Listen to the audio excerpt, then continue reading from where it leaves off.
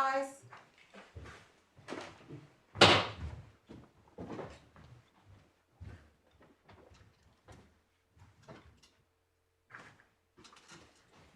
Appeal in the matter of the Queen on the application of the Motherhood plan and another, and Her Majesty's Treasury and another. Yes. May it please the Court, my name is Jude Bunting. I Yes. am on behalf of the appellants in this matter with Ms Duffy and Mr Green. My learned friend Mr Milford, Queen's Counsel, and Mr Payne on behalf of the respondents. This appeal, in my respectful submission, raises a number of important points about the correct approach to Article 14, particularly in the context of maternity and pregnancy-related discrimination. But I'm in the unfortunate position of the Supreme Court having given two judgments on the Article 14 issue as recently as Friday of last week. Yes. I trust the Court will have seen them, and one of those authorities that will be very familiar to my Lady Justice Nicola Davies. The SC case and the A and B case should now be on the your desks in front of you. Yes, they are. In fact, I had already printed them out and had a quick look, but you'll take us through the bits that matter. Yes. Yes. I'm going to structure my submissions in the following way. If it is this the Court, firstly, I'm going to explain what this scheme is, the self-employed income support scheme, and how it works. Then I'm going to look at indirect discrimination, and the submission which I will make will be that the judge erred in applying the wrong test. She was misdirected by reference to cases like Barry, Shillock, and Adiatu, and what she should have done is to ask herself a simple question about effect or impact. And here, that is clear. The effect on women who have taken time off from self-employment by reason of pregnancy or maternity is clear. The third submission which I will address will be the Thlimenos point. And again, the issue here is whether there has been an unjustified failure to treat... Entirely up to you, Mr... Yes, no, sorry, Mr Bunting. I was about to say no need to trail the points at length if you're going to make them, but you weren't trailing them at length, so I thought I was being too hasty. Please carry on. Please, and if I do go over things... No, you're carry on. I'm sorry. It's my natural impatience. And each of these points will be very familiar to an experienced panel such as this. These are issues which you've all grappled with before, and so if I am going over things unnecessarily slowly, please speed me along. Do carry on. We will, but not at this stage. You're doing fine. The fourth submission will be the correct approach to justification. And we will say that the correct approach is now clear from Lord Reid's judgment in SC. It's a multifaceted approach. It's not the narrow, manifestly without reasonable foundation test that the judge applied below. And then finally, if you're with me on those points, if you accept that there has been an error of approach in respect of justification, then at that stage I will address justification on the merits, so that this court can give its view on justification in the event that the court finds an error of approach in the earlier stages. Thank you, that's very clear. As you know, there's only a day. Yes. You've presumably planned it so that as long as we don't interrupt too much, you will finish what you hope in the morning. Yes, that's my hope and expectation. Well, we won't interrupt too much, but obviously please you do. won't get away scot-free.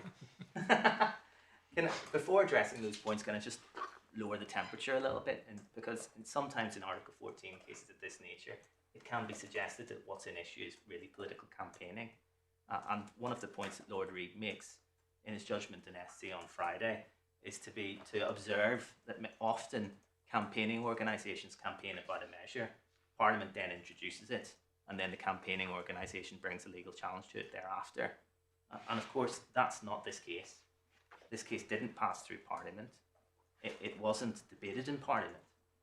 What it is a challenge on the law, and we would respectfully invite the court to approach it in that basis. Secondly, one of the consequences of this not being a political campaign is that it's not for us to design the scheme, nor is it for the court to design the scheme.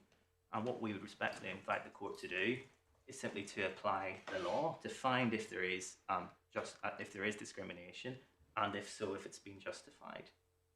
And thirdly, well, that's not quite as simple as that, is it, though? In certain cases, and it may well be suggested this is one of them, you can't decide whether there is justification without considering whether there were viable alternatives. It's in the nature of the exercise. And I appreciate it's sometimes awkward because people in your position will say, we're not administrators and civil servants. We can't say, we can only say that this doesn't work. But it's not as straightforward as that. Sometimes I'm afraid claimants have to, as part of their case as to why something isn't justified, or their response to a case that it is justified, to say, no, there is another way you could have done it. Yes. So I hope you're not going to be too purist about that. No, I'm simply making the point that it's perhaps somewhat unfair to criticise the appellants for being too political, but also not political enough. Well, no one's... The submission which I will make when it comes to justification is that here we have a scheme which has built-in exemptions and exceptions to it. And this challenge which I make is, why was it justified to apply those exemptions to other non-suspect categories, but not to the suspect category? Well, that will be an important part of the case. Yep.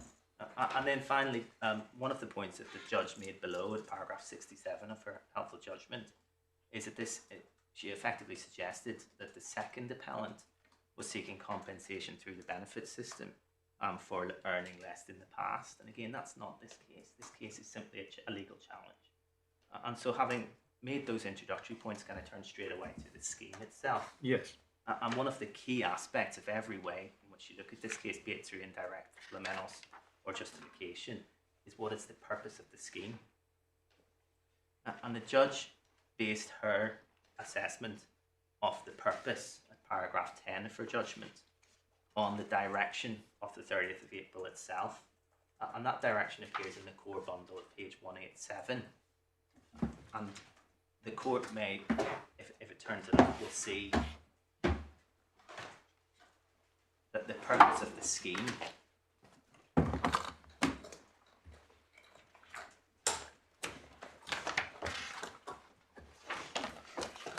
it's paragraph 2 of the direction. Yeah. The purpose of this scheme is to provide for payments to be made to persons carrying on a trade, the business of which has been adversely affected by the health, social and economic emergency in the United Kingdom resulting from coronavirus. So the aim of this scheme is to provide support. The aim of this scheme, of course, is not to provide support through a particular way or through a particular approach to quantification of that support. The respondent, defines the scheme more narrowly. And if the court turns up the witness statement of Suzanne Cantor, which was the main witness statement relied upon by the respondents below, and the relevant page here, I'm sorry to jump through the bundles, it's the supplementary bundle, page 159.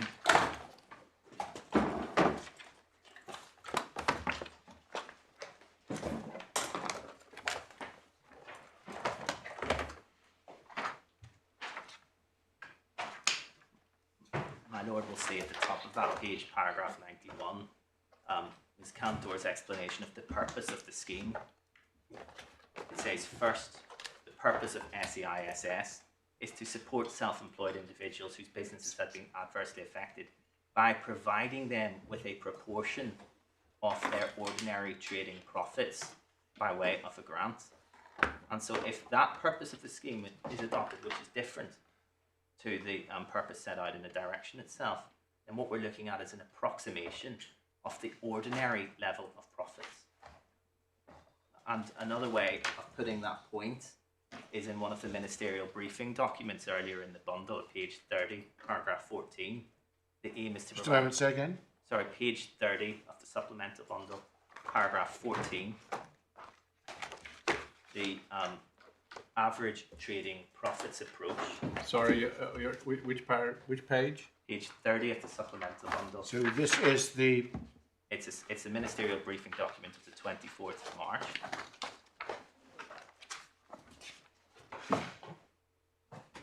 And my lord will see paragraph 14, a description of the 3-year average of profits approach, which was eventually adopted. And the reason for that is because it would provide a fairer reflection of usual profitability. And so if that is the purpose of the scheme, it's not just to provide support, but it's to provide support in a particular way. It's to provide support based on looking back and approximating an ordinary level of profits, or to use the words in paragraph 14 on page 30, usual profitability. And so the problem that then arises is, how do you give effect to that purpose? How do you quantify usual or ordinary profitability? And the respondents in this case chose a particular way, which is described, as the court will see, in the direction itself. It's to look back at the average trading profits. And to summarise that, what it means, as the judge found below, is if you carried on a trade as a self-employed trader in the tax years 2016 to 2019, then your payment is calculated using the average of your trading profits of those tax years. That's the approximation of your ordinary. Yes, is that set out in this direction? It's set out in the direction itself, and the reference there, my lord, is page 189 of the core bundle, paragraph 6. And where is it set out in this decision briefing? It's not in that briefing note, I'm afraid, my lord, because at that stage... I'm just trying to get the chronology right. So this briefing is the 24th. This briefing is at an early stage of the development of the policy. The direction itself is then given on the 30th of April, and my lord will see that back in the core bundle at page 189, and the approach to quantification is set out in paragraph 6 on page 189, or indeed in the judgment below, paragraphs 11 to 13. Thank you. So you took us to 189 of the supplementary bundle, did you? No, 189 in the core bundle. Core bundle For the direction itself. with the actual specific reference to ATP. Yes, it's paragraph 6. Thank you. And so what that means is that if your trading profit in one of those years was lower, or significantly lower than it usually would be, because you had a child, and therefore you took a period of time away from work, or what's informally known as maternity leave, then your 3-year average trading profit would fall, and you'd be entitled to a lesser grant. And that is the problem here. The scheme uses a blunt instrument that doesn't in fact reflect what your usual or ordinary profitability is. It looks back at that 3-year option. And so, having introduced the scheme in that way, can I turn straight away to indirect discrimination? And this court will need a little reminder of what it is and how it works. It's of reasonably recent vintage in the Strasbourg case law. And the most recent analysis of how indirect discrimination works in Strasbourg is in Lord Reid's judgment in SC from Friday. And if the court has that in a new bundle, you can hand it up. Oh, right. Little bundle. Yes. If it helps, I think it's been paginated to run on from the back of the authority bundle, so it could be easily slipped in. And if I use the pagination at the bottom of the page, Very well produced bundles, I should have said earlier. I don't know who did them, but... Yep. the page number at the bottom of the page is 1262.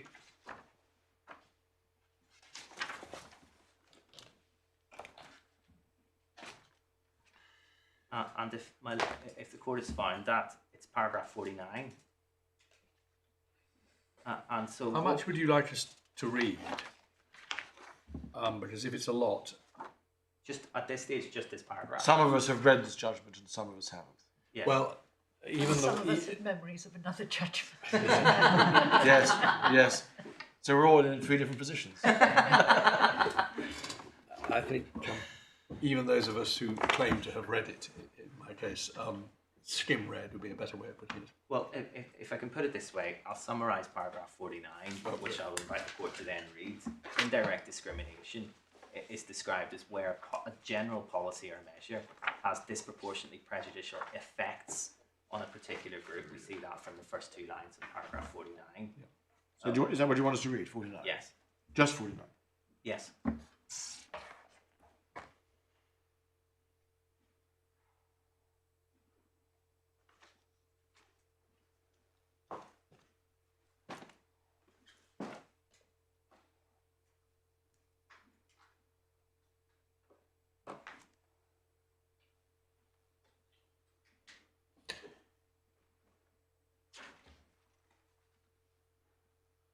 Yes, the last sentence is useful because it spells out something which isn't spelt out in DH, but is, I think, necessary. The group must be a group characterised by a status, Yes. which of course itself is a complicated, has a lot of case law attached to it. But you can't, your group can't just be created out of nowhere. It's got to have Yes. some characteristic. Yep. And then paragraph 53 makes the same, effectively the same point. Did you say 53? Yes.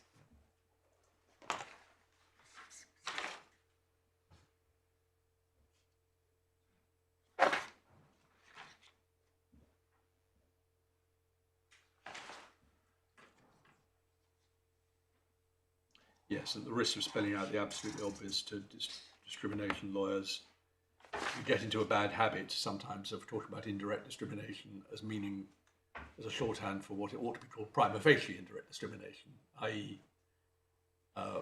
Disproportionate impact prior to considering justification. Strictly speaking, indirect discrimination means the whole package. Yes. Yep.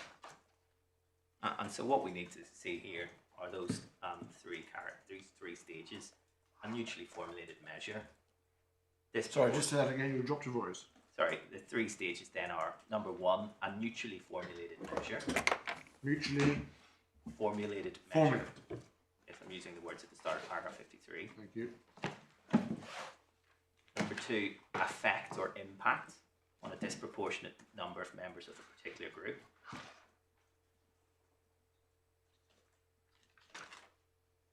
And then number three, justification.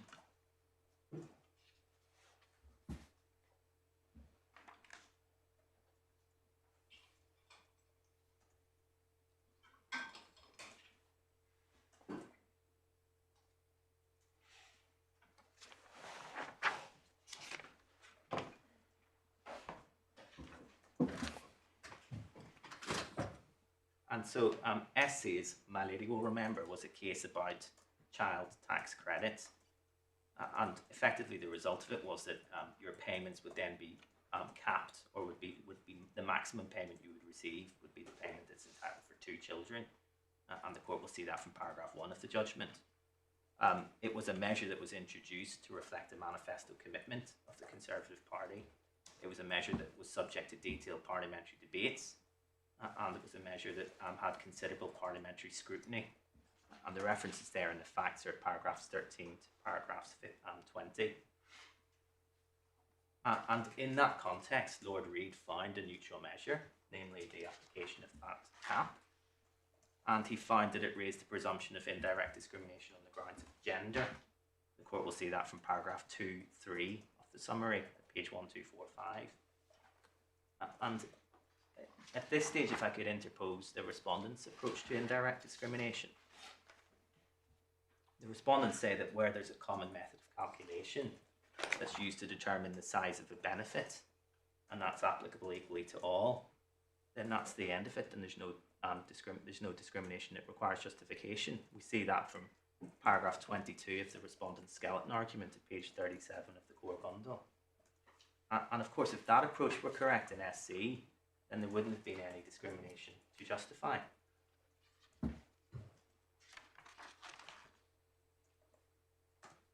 And the respondent's analysis arises from its application of the case of Barry. And it attracted the judge below. And in my respectful submission, it was the wrong approach for 2 reasons. Firstly, because Barry wasn't an Article 14 case at all.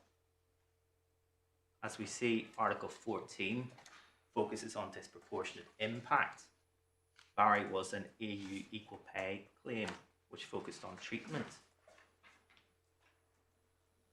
And then secondly, the ratio of Barry ought not to be misunderstood. Are you going to take us to Barry? Is this a trailer? Right. Yes, I'm okay. coming into Barry right now. Spoiler. The ratio in my respectful submission of Barry is that there's no indirect discrimination where there isn't differential treatment having regard to the purpose of the measure. Sorry, Mr. Bunting, can you just run that one You are again? getting a little fast for my pen. Yes. The ratio of Barry is no indirect. No indirect discrimination where there is no differential treatment having regard to the purpose of the measure.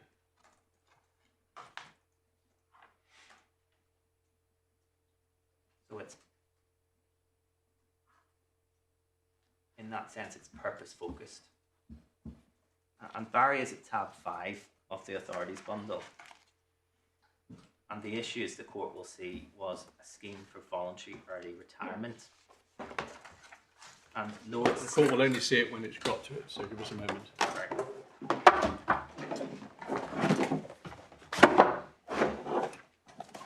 It's a case which caused a lot of head scratching among employment lawyers. I think amongst public lawyers in this case, I suspect. The facts are set out in Lord Slynn's judgment at page 30, looking again at the bottom of the page for the pagination. The measure was calculated in a particular way. And this is next to C on that page. The calculation of the payment is based solely on years of service and final pay. No account is taken of fluctuation in pay or hours of work. And then Lord Slynn focused particularly on the purpose at page 31 next to E.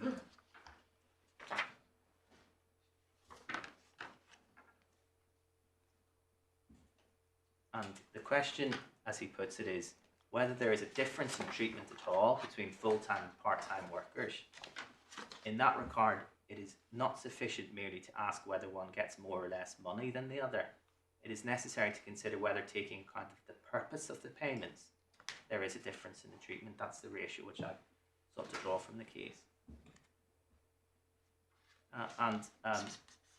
The purpose of this payment in Barry wasn't to provide support, or was to provide support for what you've lost, namely your final salary.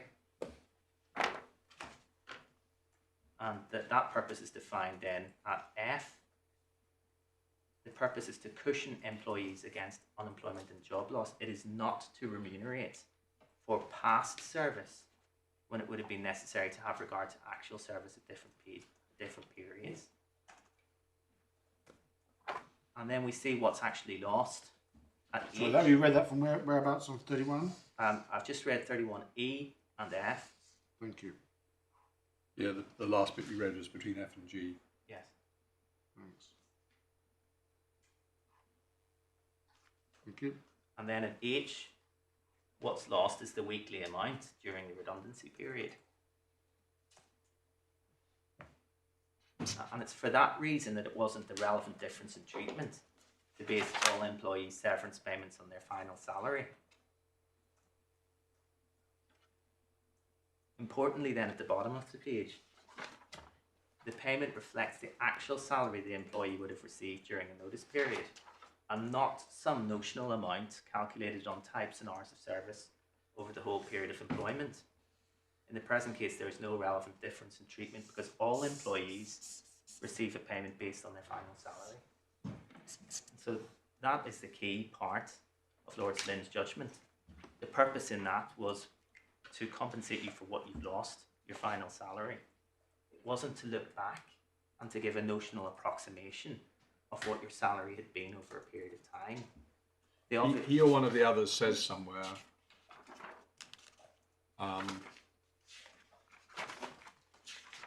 that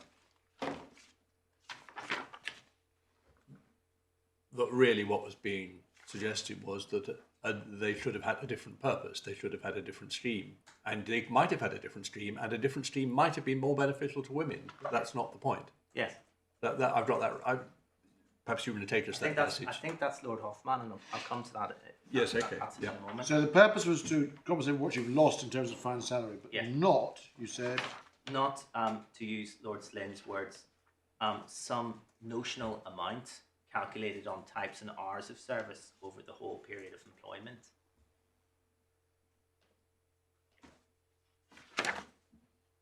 This was upholding the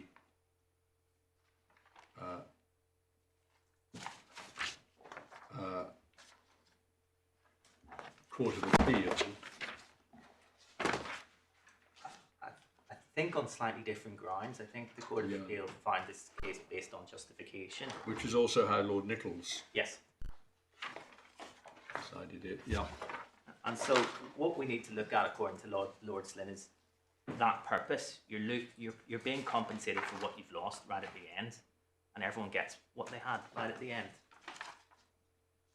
But however, if you were looking back at some notional amounts, such as your ordinary or usual profitability, as in this case, then the result would have been different in Barry. Lord Nichols, to turn to that, of course, he decides it based on justification. But importantly, I he always also... start with the presumption that if it's a discrimination case, Lord Nichols is right. But in this case, Well, in this case, you say right, but for the wrong reason.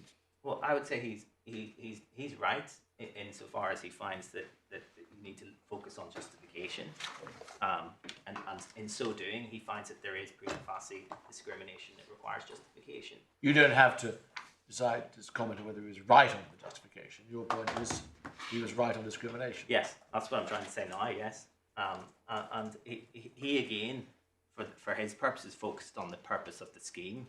And the court will see that at page 34 next to E. And he also stressed at page 35 next to H the importance of the purpose of the scheme. 34E, did you say? Yes, 34E and then 35H.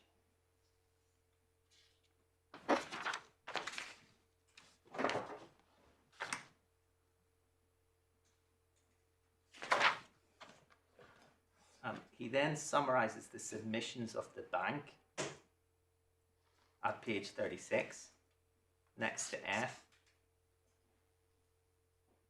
And of course, the submissions of the bank in that case were made by Mr. Patrick Elias, Queen's Counsel, as he then was. Mr. Patrick Elias, as he then. Yes. And he again focuses on purpose. And the argument there is whether the difference relied on as a material difference depends on whether the bank could properly adopt a severance payment scheme with the objects of this scheme. If the bank could do so, then the difference relied on as immaterial.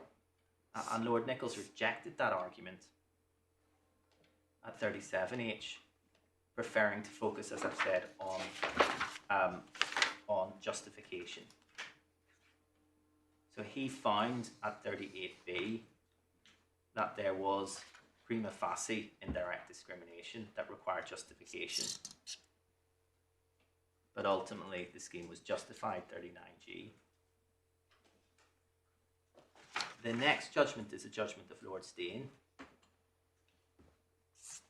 And that begins at page 40. And the relevant passage is over the page on page 41, between A and B.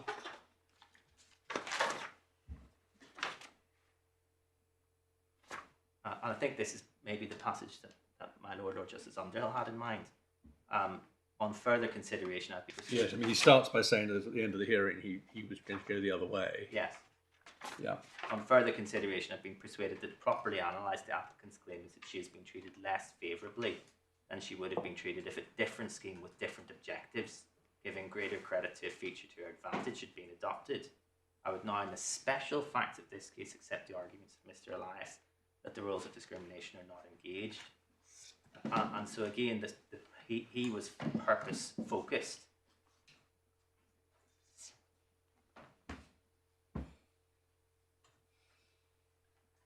Then we have Lord Hoffman's judgment beginning at page 41 next to C.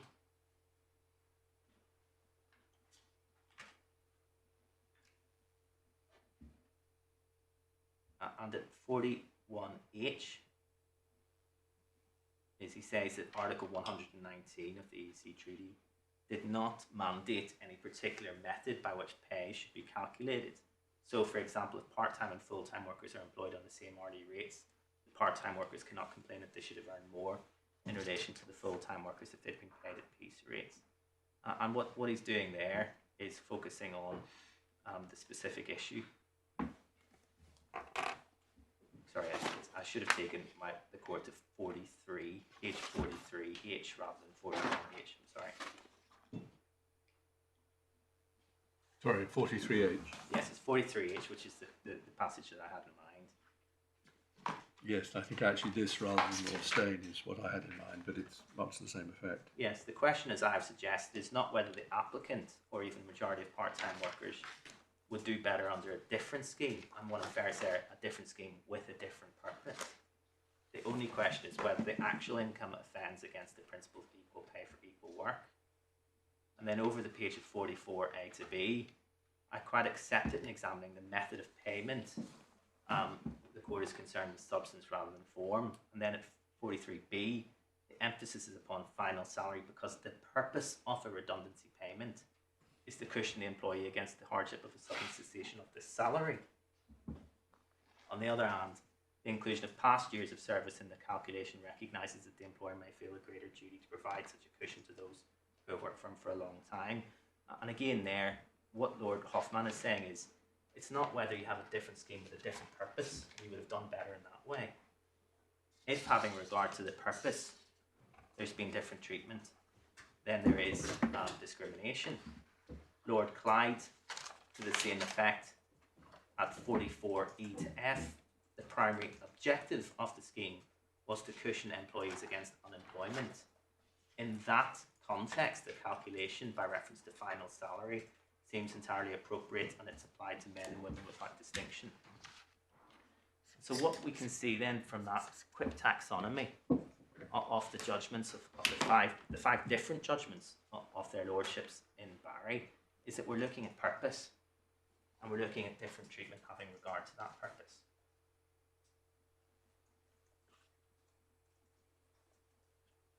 If you have a purpose, as here,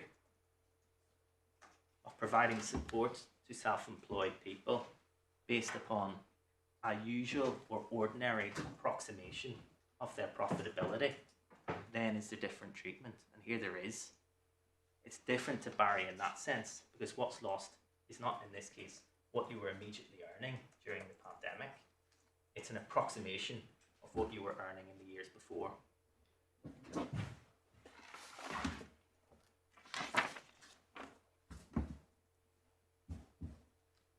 There are three cases which follow Barry in different ways in the bundle. The first is a judgment of Mr. Justice Neuberger, as he then was in Schillick's case, and that's at tab 6. Its precedent value, in my respectful submission, is weak for two reasons. One, because it's a High Court judgment, but more importantly, because it was expressly equivocal, and Mr. Justice Neuberger was clear that he found this issue difficult. He says that at two different stages of his judgment. Page 49, paragraph 13. Sorry, which tab is Schillick? Tab 6. 39, did you say? 49, paragraph 13.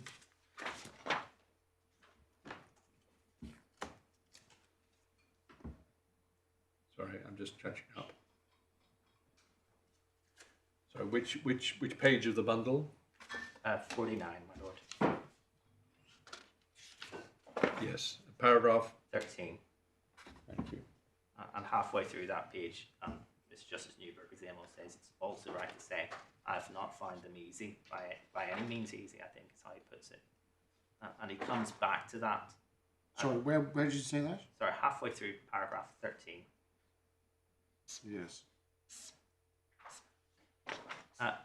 He then goes on at page 57, paragraph 51,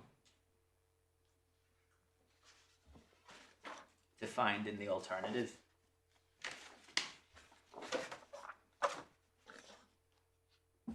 And the reason for that, he says, is because the conclusion that he reached on the Barry argument was not one that he had found easy.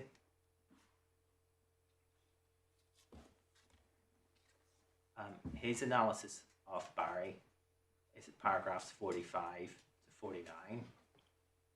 Hang on 1 second. Yeah.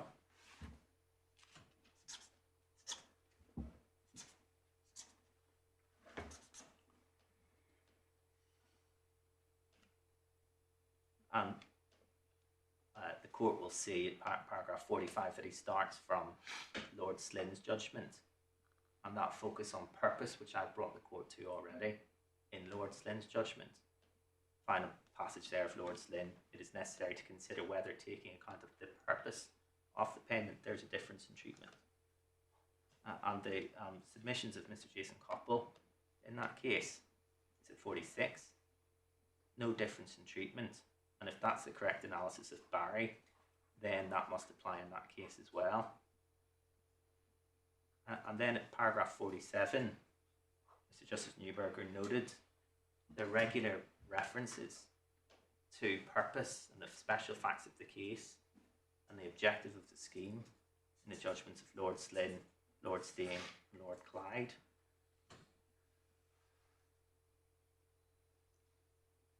Then at paragraph 49, as I see it, therefore, the position in this case is as follows: the purpose of the rule was to achieve a broad integration between benefits and the provision of state pension. It was not artificial and it applied equally to all employees.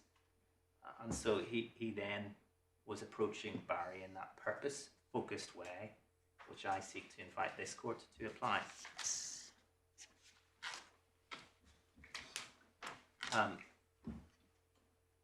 The next case in which, if the respondent's approach to Barry is correct, was probably wrongly decided, is Blackburn.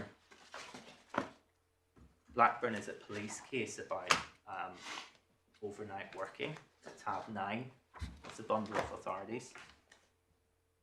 Police officers who worked a night shift were given enhanced payments, and women argued that it was indirectly discriminatory because some women were excluded from working night shifts for childcare related reasons. We see that from the head note at page 155.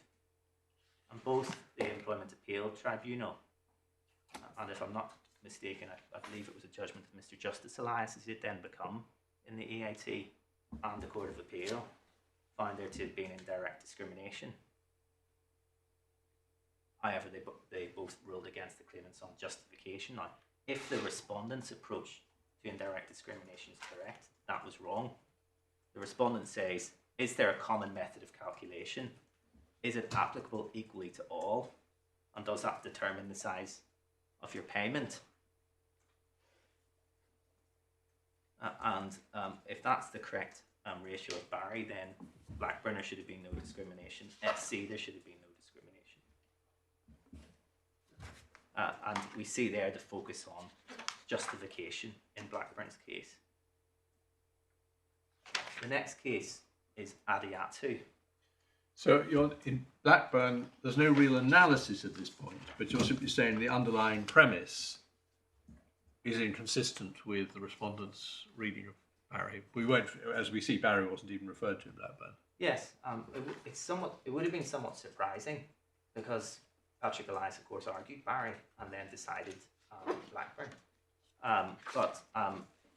We see the focus on purpose and in the justification analysis rather than in the discrimination analysis, and that's at paragraph 25 on page 158. Hang on 1 second.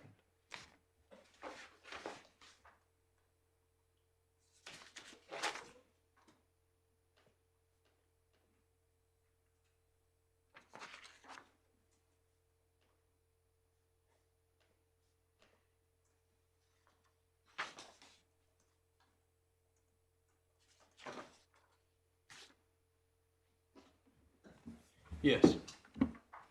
Adiatu is the next case. It's a much more recent judgment, and it's a judgment which arises in the context of the pandemic. It's in the bundle at tab 29. And this is a decision of Lord Justice Bean and Mr. Justice Kavanagh, who was counsel in Shillcock.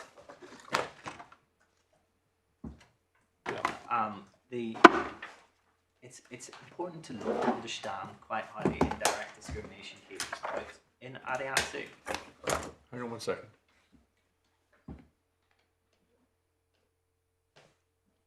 You will tell us first of all, or you're about to tell us what the discrimination alleged was. Yes, it's the discrimination that was alleged is about the rate of payment of statutory sick pay. And we see this at page 832, paragraphs 140 and 141. So, Hang on 1 second, let's just mark that up.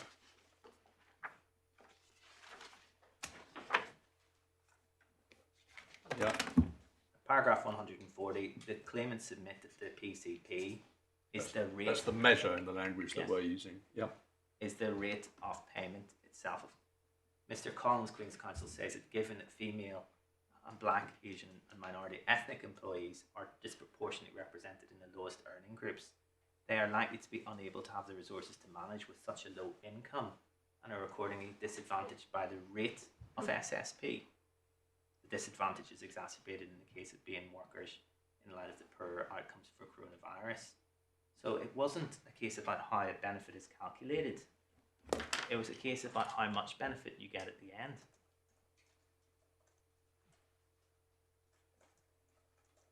And so to use the language in Strasbourg, the measure in my case is the ATP, at average trading profits.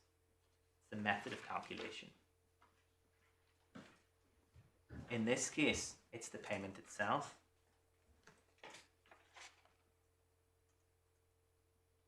And one can readily understand as a result the reasons why that was found not to be a PCP. You see that the reasoning at 141, but importantly at 146.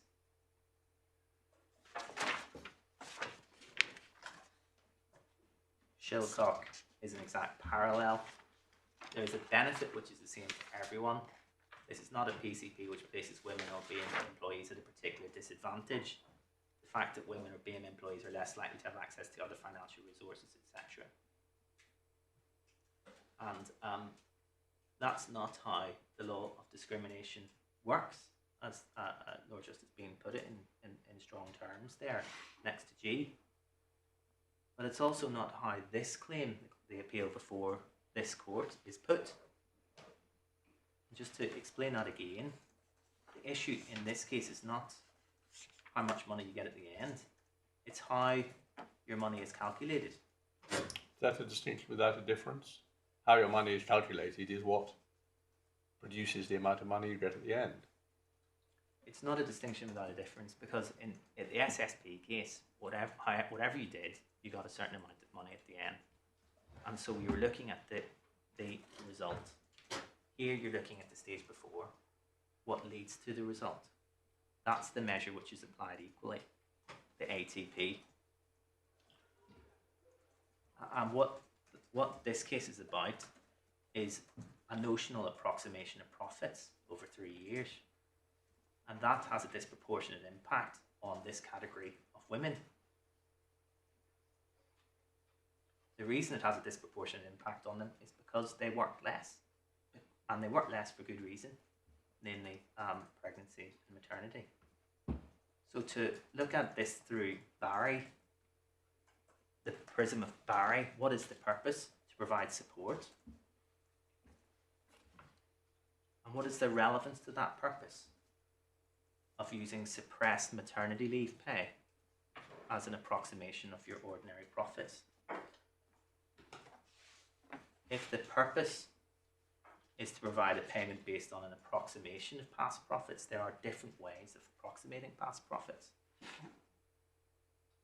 And so what we're arguing about is a different way of achieving the same goal. Hang on 1 second. The purpose is to provide an approximate way Of past profits. It's not an approximate way. I think if the purpose is to provide is to provide a payment, Yes. which approximates to past profits. Ordinary or usual past profits, to use the words. Yeah, to ordinary profits.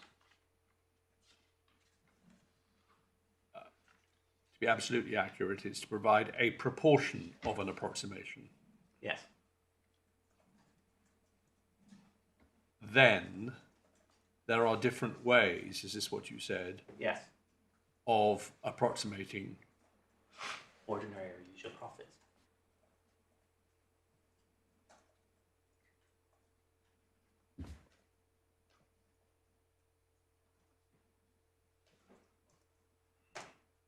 Are you going to suggest to us what they might be?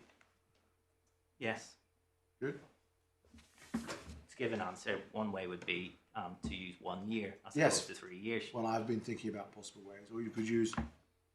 Well, you've got coming on to this, no doubt later. Yes, I'm going to look at it particularly through the prism of justification. But the point here is a blunt instrument is chosen, ATP in 3 tax years, without consideration of the impact that has on this specific category of women.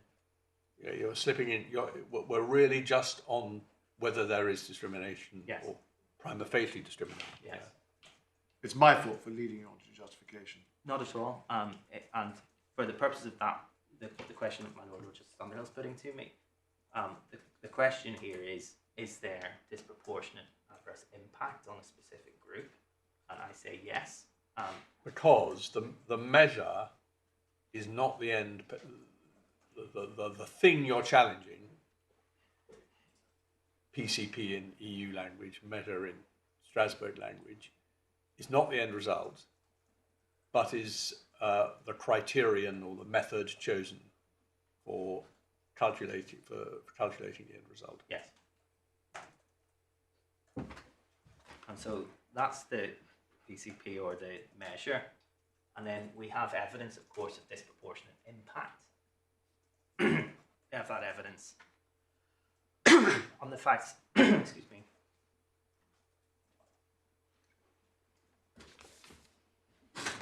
on the facts of the Second Appellant's case. And the relevant passage here is the judgment at paragraph 35.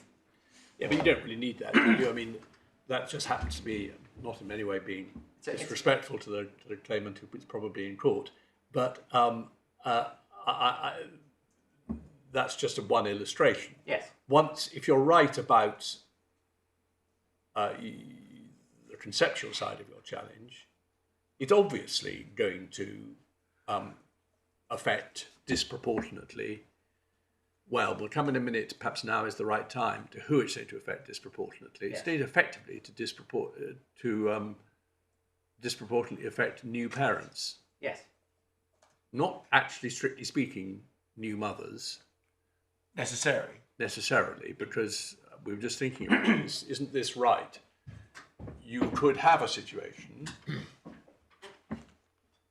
certainly much less common, but perhaps increasingly. Let's suppose you have a mother in a high-earning employment and a father, or spouse, but let's just say father to make it easy, in self-employment, and the arrangement they agree is that she will obviously take off the minimum time necessary while she's actually having the baby, but will go back to work as soon as she possibly can, because that's what she wants. And the father will take paternity leave, which you can presumably do from self-employment as well as from Parental leave, is it? parental leave, I should say. Even from the bar, my Lord. Yes, exactly. Yes. And in which case, I don't think this is a problem for you. I just want to get my finger on exactly what's causing the problem. In which case, the hit will largely be taken by the self-employed father. Yes. So what comes out of this analysis is that the group who are disproportionately impacted are parents taking parental leave immediately after, or maybe before, but over the whole period of late pregnancy and maternity. And although some of that will inevitably be taken by the mother, it would be perfectly possible for the lion's share in terms of time to be taken by the father. Yes, I accept that as a technical possibility, and that's why we have to fall back on the wider evidence in respect of impact on mothers. And there is. Well, do you? I mean, well, to take. I mean, this point it might be a problem if you were alleging sex discrimination, but you're alleging status discrimination. Yes. And I would have thought that being a new parent of either sex was a status. That is entirely correct, and that is a way in which the indirect discrimination can be put. But the discrimination. But I agree, as it's often the case, if you choose to narrow your focus, you could say it is primarily against women, because the arrangement I've suggested to you, though by no means inconceivable, will certainly be exceptional. Yes. So if you chose just to look at women, there would still be a disproportionate impact on women. Yes, and that is our case. And can I just explain why that's our case by reference to the evidence that was before the court? First of all, there's a 40% gender pay disparity between self-employed women and men, and the court sees that from Ms. Chamberlain's witness statement, Supplemental Bundle 73, paragraph 28. Secondly, maternity allowance, which is the... Sorry. Just give me one moment. 40% pay differential between self-employed men and women. Yes. Where's the reference again? In the Paragraph 28, page 73 of the supplemental bundle. Thank you. I'm just behind. We should move a moment. So 40% pay differential between self-employed men and women. That was your stat.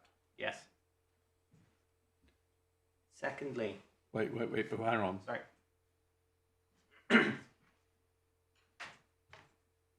That's all women, obviously. Yes. What was the reference for the 40% pay gap? Paragraph 28 on page 73 of the supplemental bundle. Yep, okay. Secondly, also at paragraph 28 on the same page, maternity allowance, which is the benefit which is provided to parents in this context, is only available to women. Well, that's what I was putting to you. Maternity, that's what I was... If I was wrong about that, then my point goes away. I thought that now, fairly recently, but now,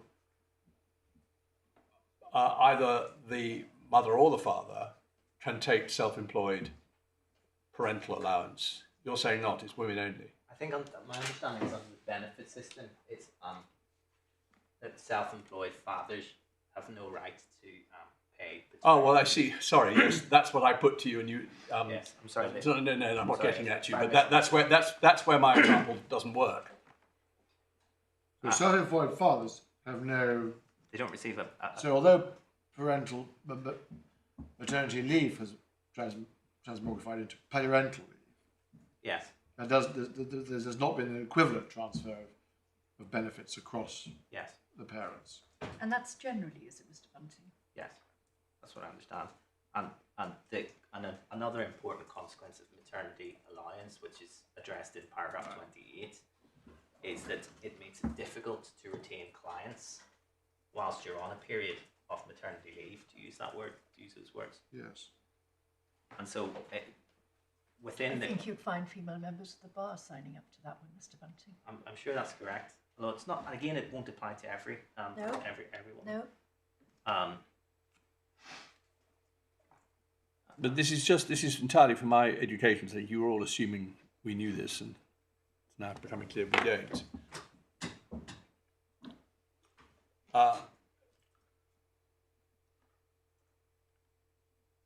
Is this right? Even this probably isn't right, but tell me why. Are you saying that shared parental leave, i.e. the concept that there is such thing as parental leave and the father and the mother can choose between them how they take it, applies only in employment and not in self-employment? I can't answer the question. Everyone behind you is nodding. But those behind me who know this much better than me will have said yes. I see. No, well, everything then becomes clear. In terms of self-employment, the benefit is maternity allowance, and that's only available to I mean, mothers. that may or may not catch up one day, but it hasn't at the moment. Yeah, and that's why, for example, very often in the self-employed relationship, it will be the mother who carries the burden, if I can use that word, or the particular privilege of caring for the newborn infant. So in this respect, self-employed... Okay, never mind, we'll carry on. And again, that's why we then fall... Can I just test something else with you? I've been thinking about this. That's obviously that the example I put to you is wrong. You have focused, indeed, I think it's part of your definition of the affected group, that it is women who've taken maternity leave from self-employment. There will be a minority of women who don't take maternity leave, mothers who don't take maternity leave, but still suffer a financial hit. Yes. Because they may not claim maternity leave in the sense of a state benefit, but they will work much less hard during their in their paid work. In the early months, for reasons that those of us who are parents will well understand, and will again, depending on the nature of their business, quite likely take a hit in profits. Yes. I can see why you have,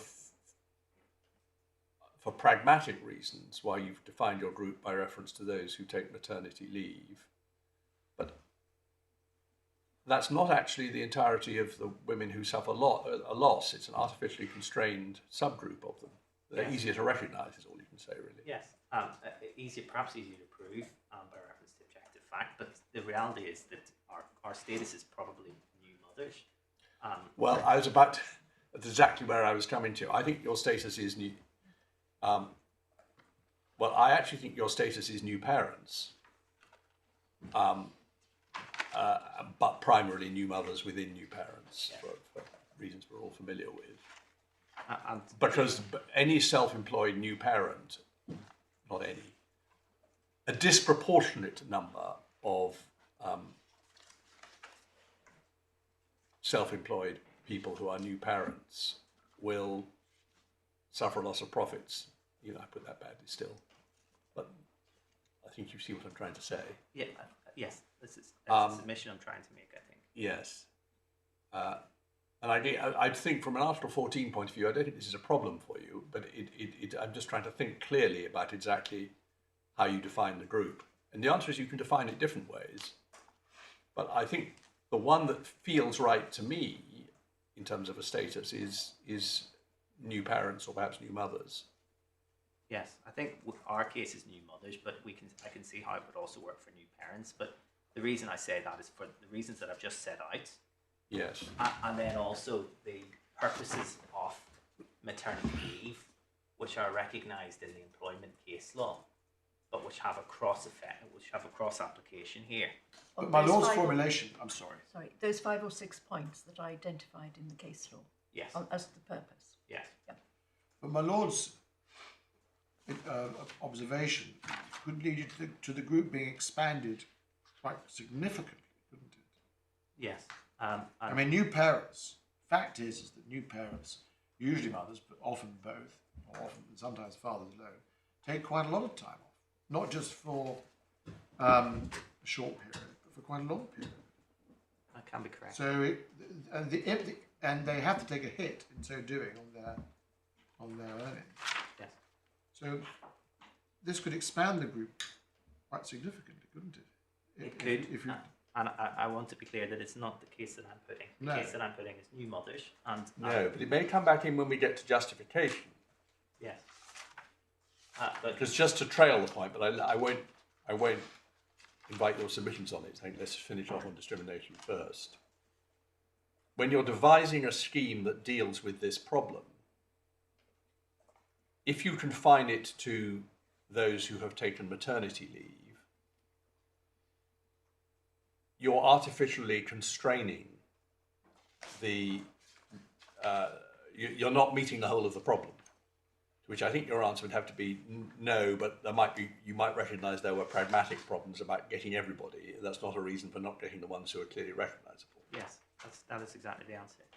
And just to give my Lady Justice Nicola Davies the reference to those 6 purposes, that is of course capita customer management in Ali's case in tab 22 of the authorities bundle. And in that case it's page 587, paragraph 66. Could you just pause just a moment? I'd just like to get that in front of me so I can mark it. 22. Yes.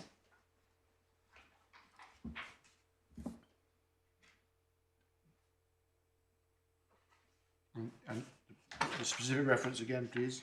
Paragraph 66 on page 587.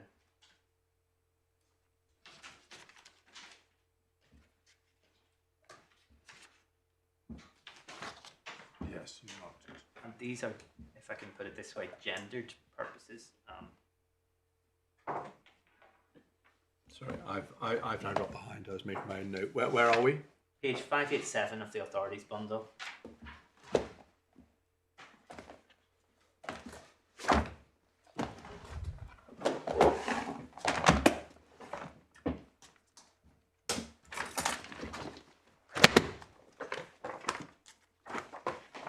These are all referenced in. Oh, this is the alleys. Yeah, it's all referenced in the judgment, isn't it? It's also in the skeletons. Yes. These are the specific purposes of maternity leave. And those purposes are to prepare for and cope with the later stages of pregnancy, to recuperate from pregnancy, to recuperate from the effects of childbirth, to develop a special relationship between mother and newborn child, to breastfeed the newborn child, and to care for the newborn child. And with perhaps the exception of number 6 in that, all of those things apply to mothers rather than to fathers. Well, that's obviously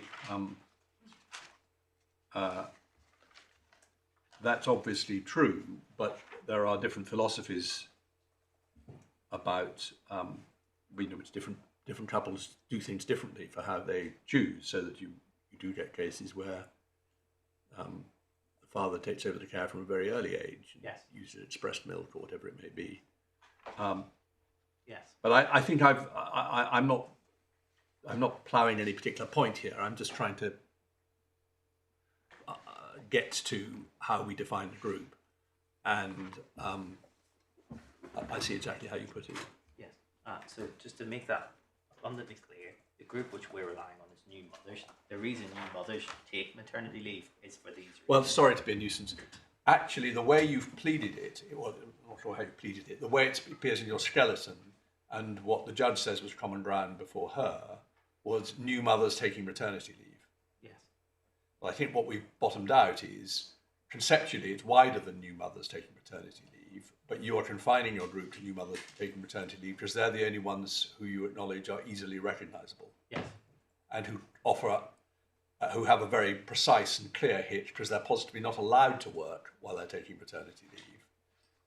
Whereas mothers who don't take maternity leave may well work less, but it would be almost impossible to say to what extent less and to what extent it hit their profits. Yes. And so that point in that we've just looked at in the Ali case reflects the position in wider EU law. And again, I'll give the references without turning them up, but the references are in Webb's case, which is in the bundle at tab 42, and it's page 1240, paragraph 21 and then 25.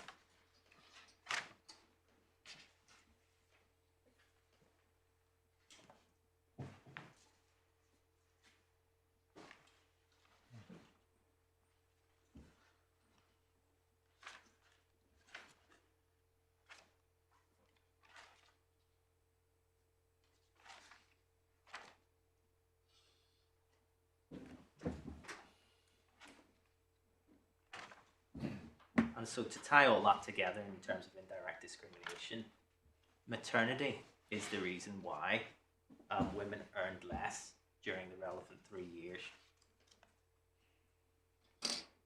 The operation of ATP as a proxy for ordinary profits meant that mothers are disproportionately affected as a result. And the judge erred in law in finding that the reason why mothers earned less is irrelevant.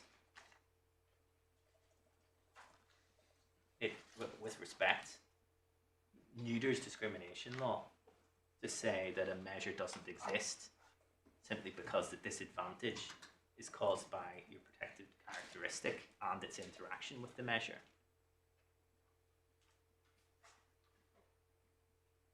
From Article 14 perspective, this measure had prejudicial effects on this group of women.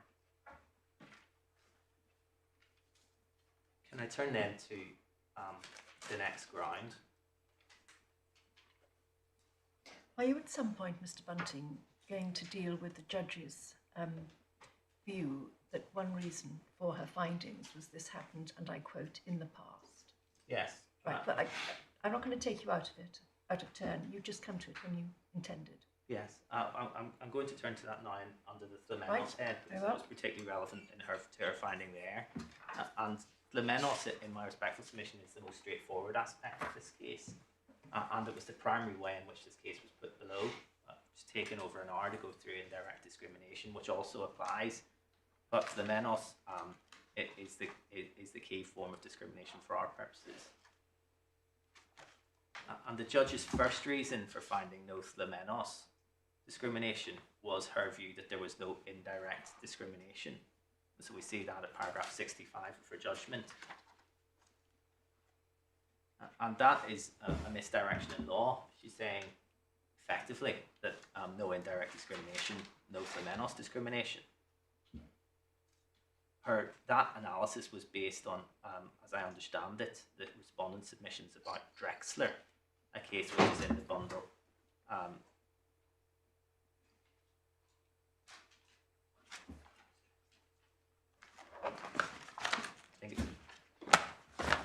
just trying to find, it's tab 24.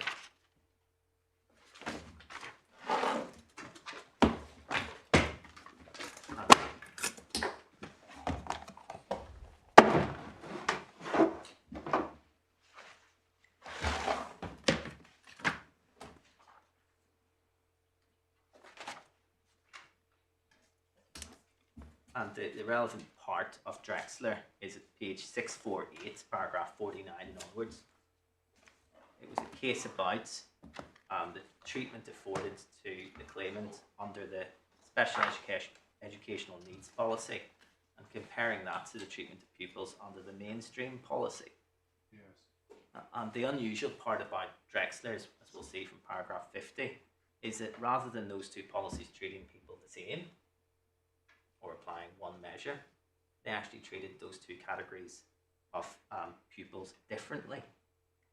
And the claimant's case, as we'll see at paragraph 51, was that they weren't different enough.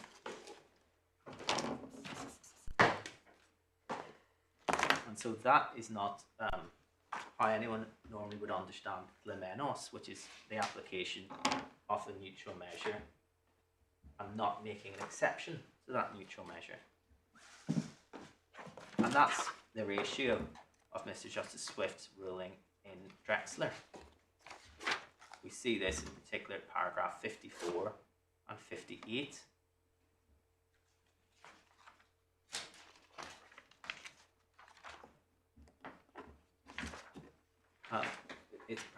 It can lead to a little bit of confusion that Mr. Justice Swift describes Flemenos throughout this judgment as indirect discrimination. But realistically, this was a Flemenos case. Well, at some point, I would welcome your help on how conceptually one treats Flemenos is it a third category of discrimination which isn't indirect or direct, or is it a category of discrimination which could arise either as indirect or direct, or what? I've never really had to think about this. Well, it's the first of those options that my lord has put to me. I'm going to give the court the treatment of Flemenos. Oh, that'd be very helpful. So, but you want to say, so Mr. Justice Swift is, you said unhelpful, but you mean polite. You mean he's wrong to treat it, to refer to it as a form of indirect discrimination? He's right in his result, which is that he says there's no Flemenos where there's no neutral measure. Yeah. But wrong in that particular... Wrong in his use of language. Yes. Of Flemenos as indirect discrimination. And so what Ollie says is you must have a similarity of treatment in order to get a Flemenos case off the ground. He's not saying that it's exactly the same as indirect discrimination.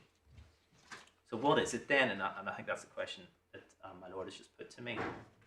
We see this in SC, which is the new judgment that was handed up this morning.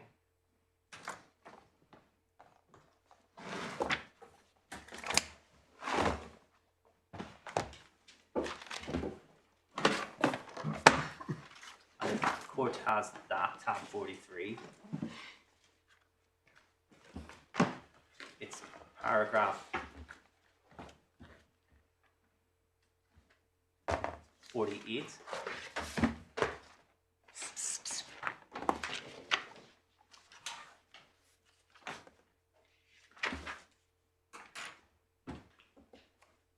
Would you permit me just to read 48? Yes, please.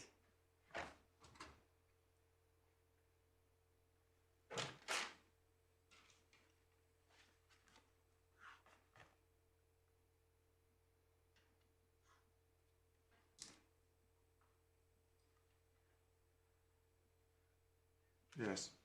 Thank you. And so what Flemenos is a failure to treat people differently, and that failure has to be unjustified, or to use the shorthand right at the end of paragraph 48, not introducing an exception to a general rule. So this is a different form of discrimination, Yes. separate from direct and indirect. Yes. And is that what Guberina says? Yes. Well, the definition. Well, is it, I mean, you may well be right, but isn't part of the problem with Article 14 that it doesn't build in any distinction between direct and indirect? It's gradually emerged in the case law, as is helpfully analysed by Lord Reed here. But it's not like EU law, where there's very clearly there's direct discrimination and indirect discrimination. The two are not allowed to overlap. One can be justified, one can't be. It's very rigid in its analysis. Now, Strasbourg hasn't taken that route. So I would be slightly surprised, I haven't read Guberina, if Guberina bothered with analysing its relationship to direct and indirect, because they haven't got any of that baggage. Yes, I think that's correct. All I say about Guberina is that it applies that definition, which is quoted by Lord Reed in that paragraph. That's the definition of discrimination which is applied in that case. And there's lots of interesting learning about the interaction of Flemenos and direct discrimination in Article 14. But what I'm trying to do here is just to simply define what Flemenos is. I certainly don't want to be taken through it in the hearing, but if we're going to have to say something about it, I wouldn't mind knowing, don't necessarily want a reading list of 30 articles, but if there is some authoritative review of an up-to-date review of the nature of Flemenos discrimination, the kind you were referring to, speaking for myself, I'd like us to be referred to it. We'll have a look for that. Thank you. Another way of putting this is Mrs. Justice Andrews' approach to Flemenos, as she then was, in Vincent's case. And so Vincent is at page 902 of the authorities bundle, tab 31.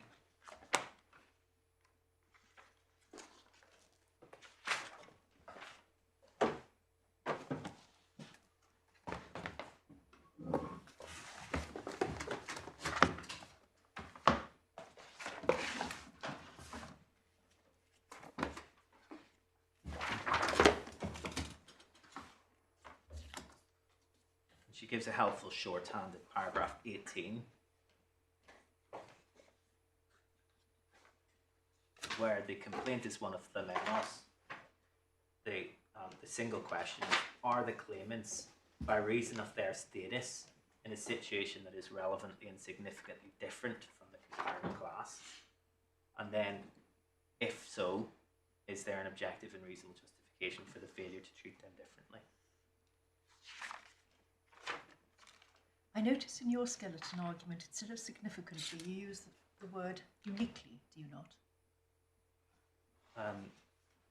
Sorry, I missed it. You used the word?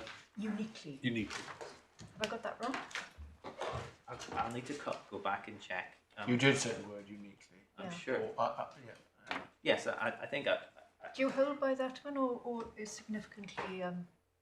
I think it's perhaps an unnecessary overstatement to say that it's a unique status. Well, I did wonder. It may be that the simple way of putting it is, are you relevantly different? We say that in fact that status is relevantly different. We go so far as to say that that status is unique.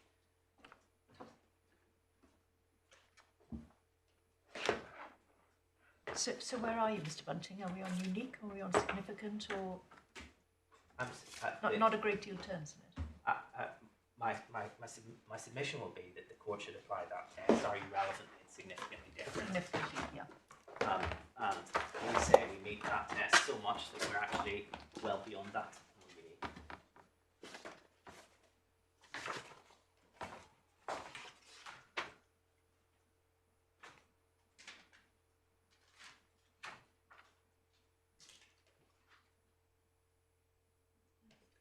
Sorry, since we've interrupted you, I was just noticing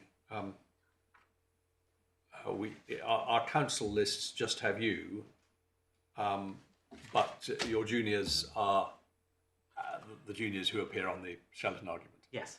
Mr. Duffy, Mr. Graham. That's Julius and Skeleton. Yes, I'm sorry, we were asked just to put in the council list who was speaking. So we were told to say who was speaking in the council list, but of course Ms Green and Ms Duffy. Oh, I see. Oh, well. Ms Green I are also behind me. think you should all get referenced. I'll have a word with it. It's always to return the names of all council. That's fine. Good, thank you. And so that question which Mrs Justice Andrews, as she then was, poses in Vincent's case: are you relevantly and significantly different? If so, is the failure to treat you differently justifiable? Those are the questions which Mrs Justice Whipple should have posed below, but she didn't. She referred on this distinction. Sorry, just to the Salvato case, didn't she? And also to the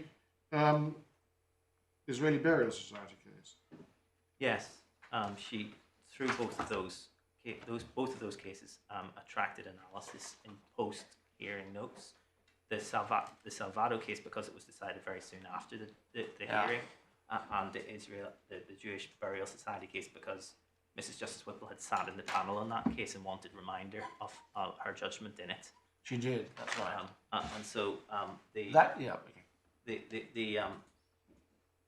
neither of those cases will put this question any differently, because Lemenos is very well recognised. Yes, but the distinction between, do they develop the distinction between, as far as there is a distinction, which you say there is, between direct and indirect discrimination and Lemenos discrimination? Do those cases develop that? No, they simply define them in those different ways, which I've tried to do this morning, and so consistent with your submission. yes.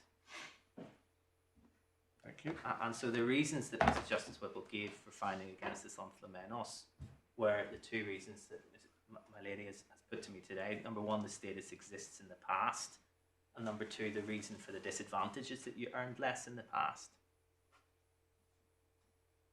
And I say that approach was wrong in principle,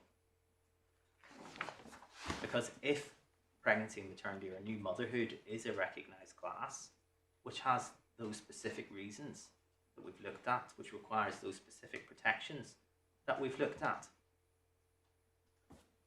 then why does it matter that that status arose in the past when we're looking at a scheme which was past looking?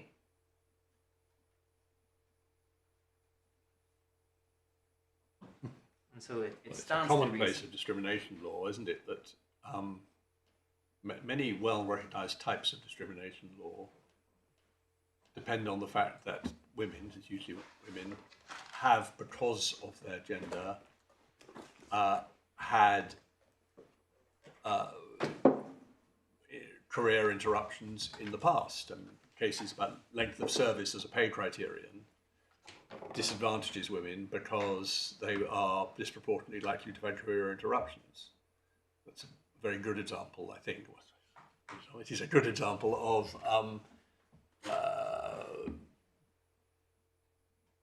a measure being discriminatory because of things that have happened in the past.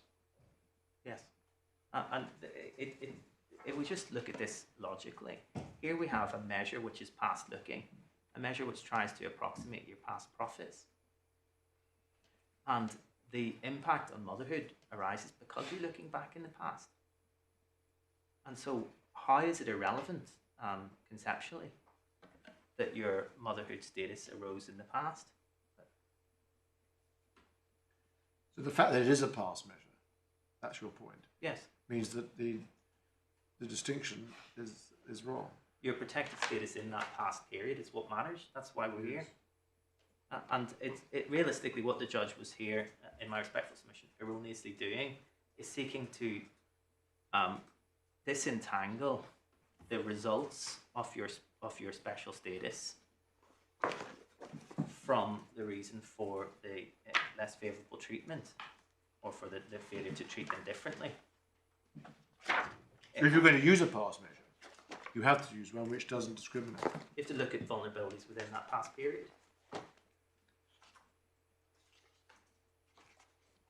The fact is, if the measure wasn't based on the past, this point wouldn't arise then. Yes.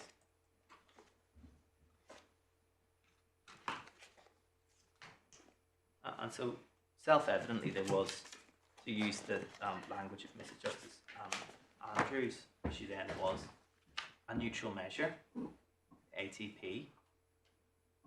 That's applied to everyone as a general rule. We say that this category was a special status, or relevantly and significantly different status, and that an exception should have been made as a result. And that's why we now turn to justification. Should in principle an exception be made for every definable group who might have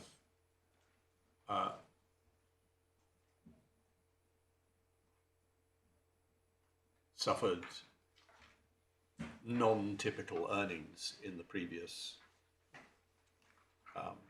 year, or in the 3-year period? I know what you're going to say to this, but I'm not sure it's a complete answer. Take, for example, people who've been long-term sick. You will say maternity is not the same as sickness. Webb and Emo and all that line of authorities, but I'm not sure that's a complete answer, is it? That is in connection with direct discrimination.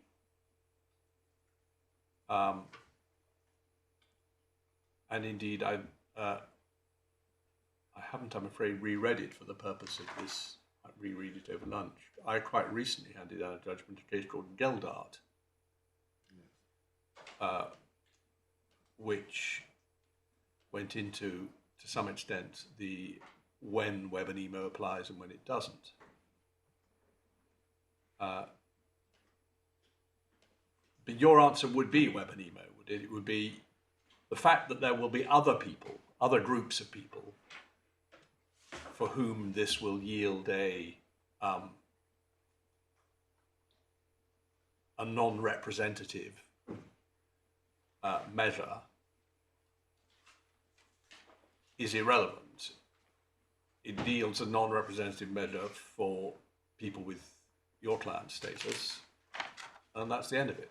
Well, I think the answer is probably, it matters in terms of justification, because one form of, if you fail to make an exception for people who take holiday during the 3-year period, then that might be something which is much more easily and readily justifiable. It's a rather poor example, though, isn't it? I'm sorry, but because people will take holidays every year, probably. It's got to be something non-typical. Yes. Significantly non-typical, so that it actually depresses their average over 3 years. Yes. And it's not easy to think of many examples apart from maternity or long-term sickness. There could be people who take career breaks. Yes. Or sabbaticals or something. The Caring responsibilities. Yes, that's it. Yes. all of these are potentially recognisable classes. They are potentially relevantly and significantly different classes from a male's perspective. So the question will turn on whether or not the failure to make an exception for them is objectively justifiable. Right. Well, that's a conceptually clear answer. So you're really saying no, that's fine. You're not saying that there's something unique from Article 14 about new mothers. There may well be other groups. I hadn't thought of my Lord's example as a good one. Suppose you had a parent who's been ill for a year and you had... As could happen in COVID. That could happen with COVID, yes. Well, It could happen anyway. Pre-COVID period, of course. You say, no, they too could claim to be victims of discrimination. But that, and their treatment may or may not be justifiable.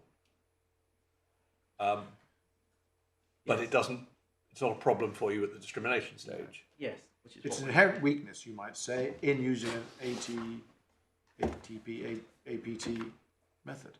Yes, and what we'll see when we come to the merits and justification is that exceptions were built into the scheme for different reasons. Some were.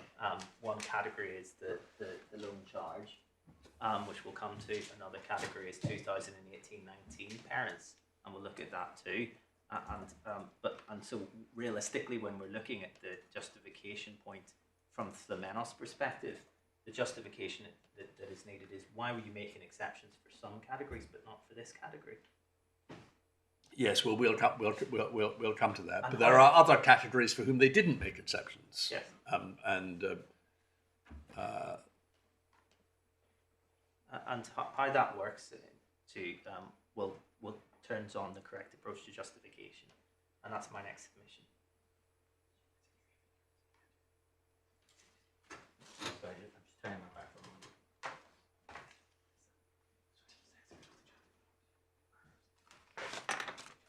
Okay.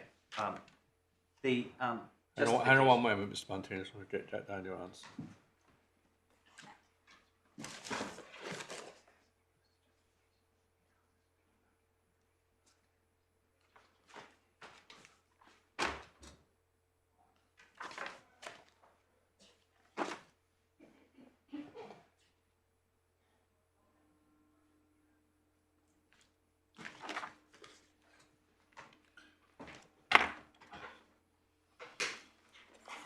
I want to voice this thought before it goes, in case you're going to say about it.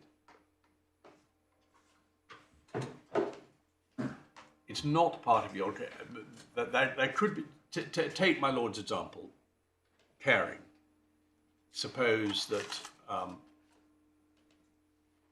someone is,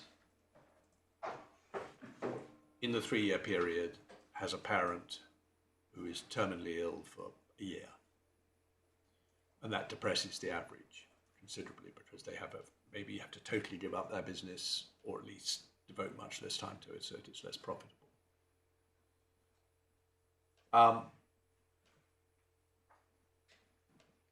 The first question is whether that could be a status at all for the purpose of Article 14.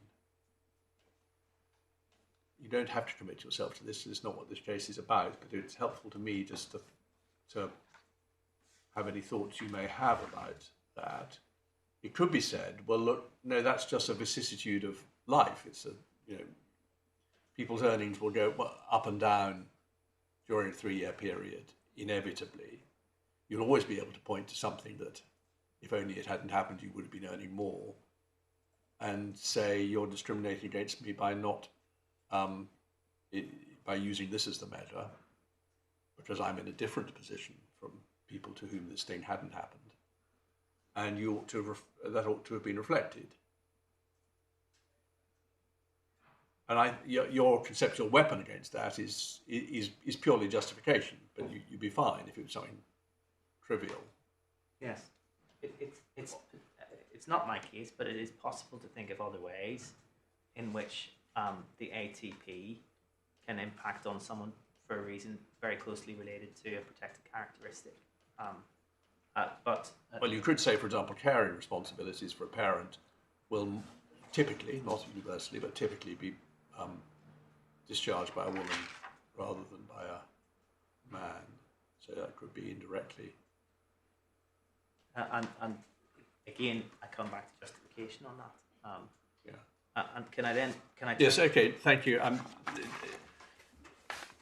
not trying to put you off your course, but I just want to don't lose thoughts while I have them. Yes. No. I'm very sorry. Yeah. You're coming to justification. Yes, what is the correct approach to justification, first of all? Yeah. And Mrs. Justice Whipple proceeded on the basis that there was a catch-all test, manifestly without reasonable foundation. And she described that as common ground below, although for the avoidance of any doubt, the appellants reserved their position on whether that was the correct test in their skeleton argument. And you will see that at page 90 of the core bundle, paragraph 44. And what SC now makes clear is that the judge was wrong to approach it in that unvarnished way. And SC, of course, is that the authority which we've looked at repeatedly today. It's tab 43 there, that's same file. So the proposition is that the MWRF test is now wrong. Is that right? Not to Yes. apply. It's effectively an oversimplification of a multifaceted test. Let's see what Lord Reed says. It's certainly glossed, is the least you could say. An oversimplification of a multifaceted test. Yes. And so the relevant passage of Lord Reed's judgment begins at page 1278, paragraph 97. And the question that was being asked here is, does MWRF accurately reflect the approach of the European Court, and should it continue to be And followed? none of this is sidelight, so how much of this do you want us to read? It would help to read from 98 to 103. Would you like us to read that? Give us a moment, we'll do that now.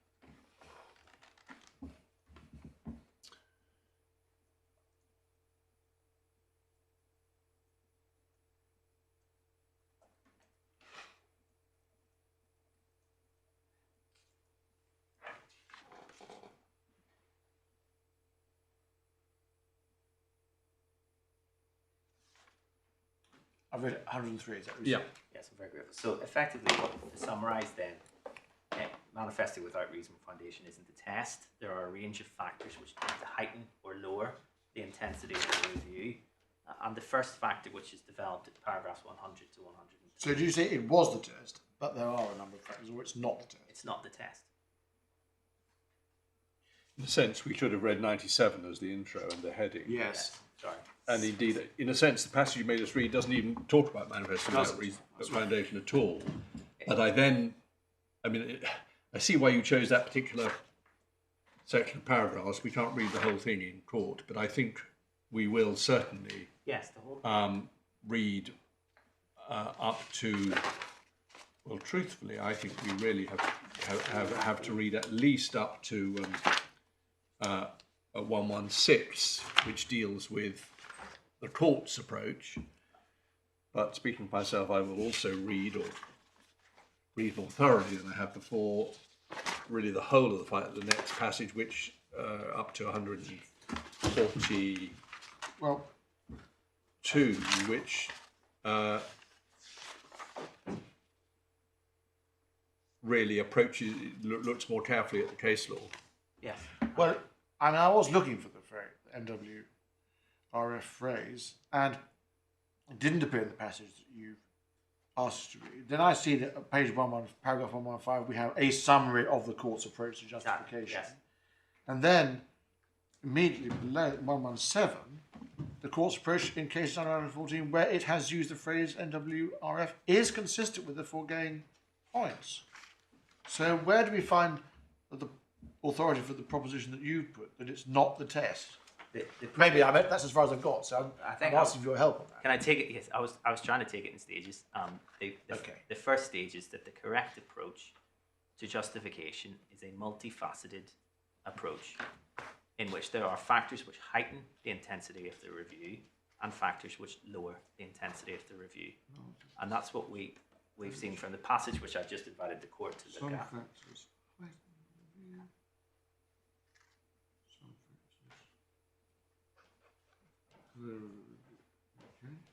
And of course, 115, which was the next passage I was going to come to, is the summary of the approach.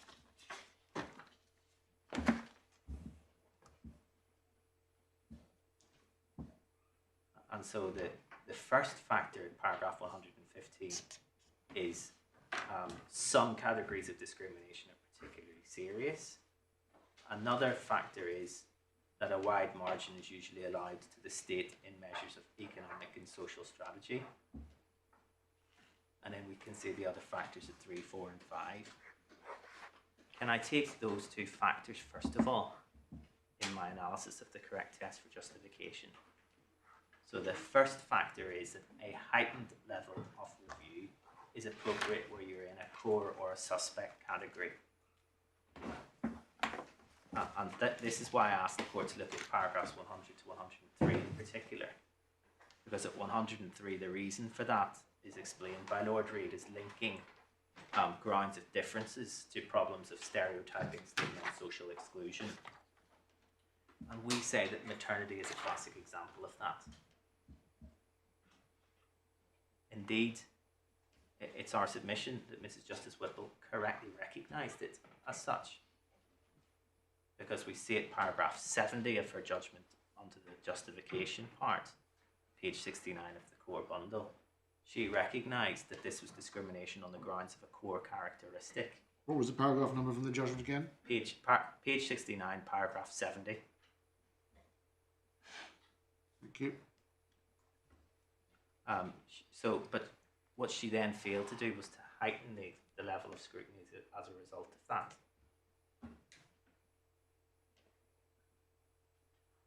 The second relevant factor, which we of course see from paragraph 115, subparagraph 2, is the democratic imperative of respecting a policy choices made by a legislature, particularly in the context of general measures of economic and social strategy.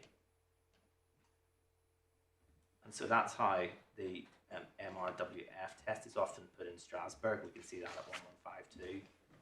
The width of the margin of appreciation was reflected in the statement that the court will generally respect the legislature's policy choice unless it's manifestly without reasonable foundation. And that's a separation of powers point to a certain extent, as we'll see when we look at paragraph 146 further down the page and 147. Parliament is charged with the primary responsibility for deciding the best way of dealing with social problems. Hence, where Parliament has done so in the context of general measures of social and economic policy, Parliament should be respected. So these Well, are... Sorry. It's not just Parliament. He may be talking about Parliament it's the government. I appreciate particular weight must be given to primary legislation, which has been through a parliamentary procedure, but the government also, when exercising its power to make secondary legislation, is worthy of respect because it is the democratically elected government. Yes. Those may have a slightly different application in practice because, for example, SC, the case that we're looking at, was a case in which there had been the full rigmarole of democratic I understand that there are differences of degree, but it'd be wrong to say only primary legislation attracts a wide margin of appreciation. No, Salvado, the case which we've heard reference to, is a case of secondary legislation being approved by Parliament, and Mr. Justice Chamberlain in Salvado's case treats that as important, but not as important as the democratic assessment that we see in SC's case. So in this case, what are we dealing with? We're dealing with something even further below So that. we're not. This is not even secondary legislation. It's No. government directive. It's executive action. Okay, but we don't, because we don't look at all these five separately. We look at them together. Yes. So we have here a measure of economic or social strategy. Yes. Is that you accept that? Yes, I accept that. And we have to take into account that it's not, and it's not just that such measures are allowed a wide measure of margin of appreciation, but those such measures by themselves are usually treated differently. Or is it all a question of margin of appreciation? It's a question of margin of appreciation, and the reason why those measures are generally granted a wide margin of appreciation so it's all about because margin. of political and democratic accountability. And just to give you the reference to Salvado, it's tab 34, and the relevant paragraphs are paragraph 87 on page 1041 and paragraph 171 on page 87, paragraph 87 171. Yes. And so the weight to be attached to justification will change depending on the extent of democratic accountability. And so here we're not in that context. No parliamentary scrutiny, no parliamentary debate, no election commitment.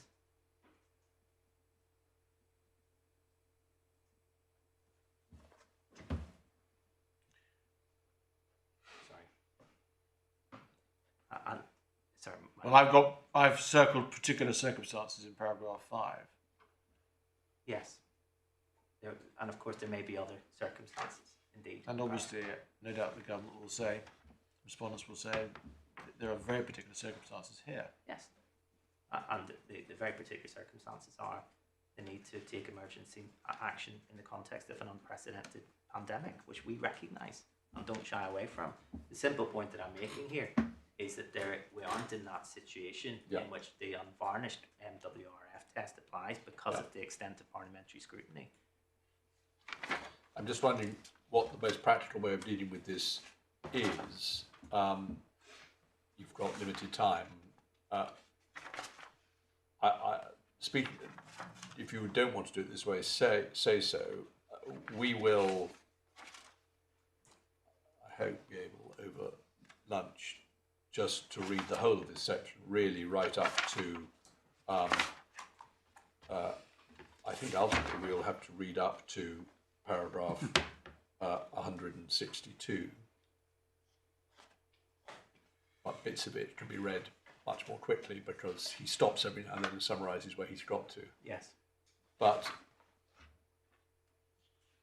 you will say that having done that exercise, it will simply make good your point that there isn't a single high hurdle manifestly without reasonable foundation.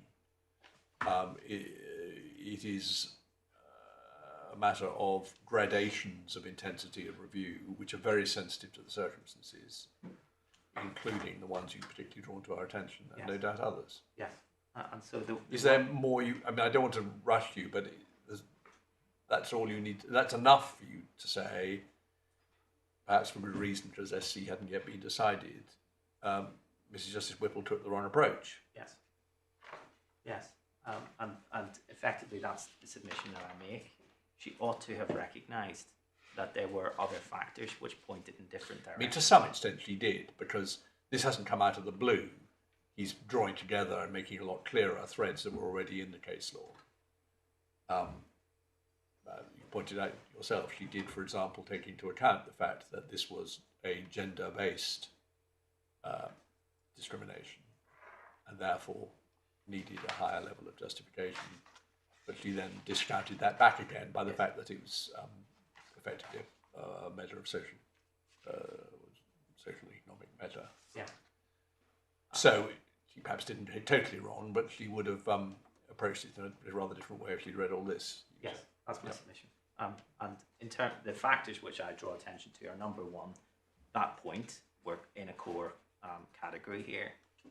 Number two, the absence of parliamentary scrutiny, which is commonly the reason for applying the MWRF test. There wasn't a whole heap of parliamentary scrutiny in this case. In SC's case? Yeah. Well, I think Lord Well, Reed's, there was some. I think Lord Reed's conclusion is that it's difficult to conceive of a case in which there could have been better parliamentary scrutiny. He considered it to be considerable because of the fact that Parliament had been shown equality impacts addressing the exact points, had squared up to that and accepted it. And so that none of that can be said here. And then the third factor, which is the factor that my Lord Justice Baker puts to me, is the important factor of the pandemic, which is a factor which points away from me. And then the final factor, which is a factor that ought to have narrowed the margin again, is the factor that this was ex post facto justification.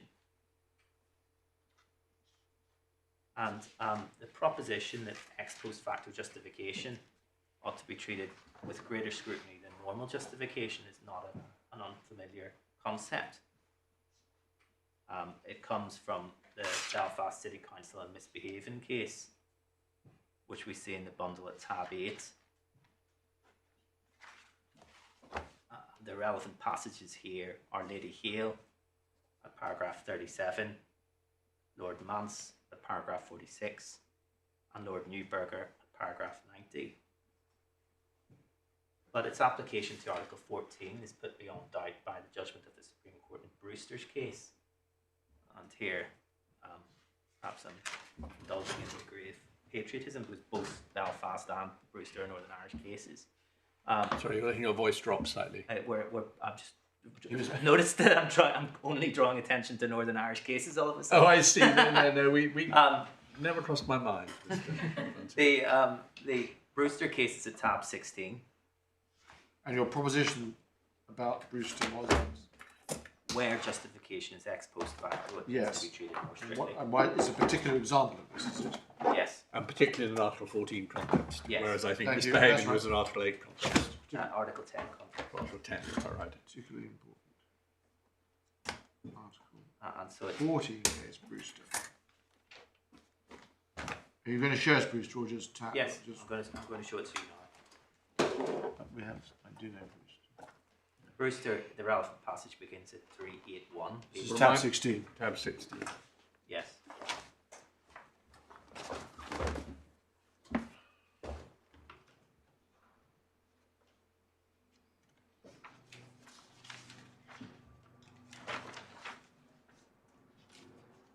And so it's a judgment of Lord Kerr at paragraph Yes. 49. The question whether justification has been demonstrated must be assessed objectively. That is not to say, however, that the court should substitute its view for that of the decision maker. Indeed, it may be appropriate to accord a wide margin of discretionary judgment to the conclusion of a decision maker, particularly where it's the legislature that makes a choice, where the conclusion lies within the field of socio-economic policy. But to paragraph 50, the margin of discretion may, of course, take on a rather different hue when, as here, it becomes clear that a particular measure is sought to be defended, at least in part, on grounds that were not present to the mind of the decision maker at the time that the decision was taken. In such circumstances, the court's role in conducting a scrupulous examination of the objective justification becomes more pronounced. Then at paragraph 52, if reasons are proffered in defence of a decision which were not present to the mind of the decision maker at the time, this will call for greater scrutiny than would be appropriate if they could be shown to have influenced the decision maker when a particular scheme was devised. Even retrospective judgments, however made in the sphere of the expertise, are worthy of respect, particularly if they are provided that they are bona fide. And then at paragraph 55,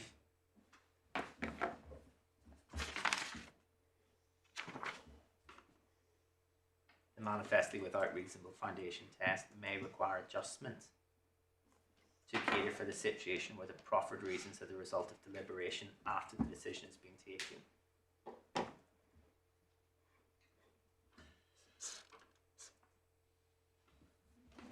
The same point is then made in paragraph 64 on page 386, and that becomes a theme in many of the authorities, and it makes total sense.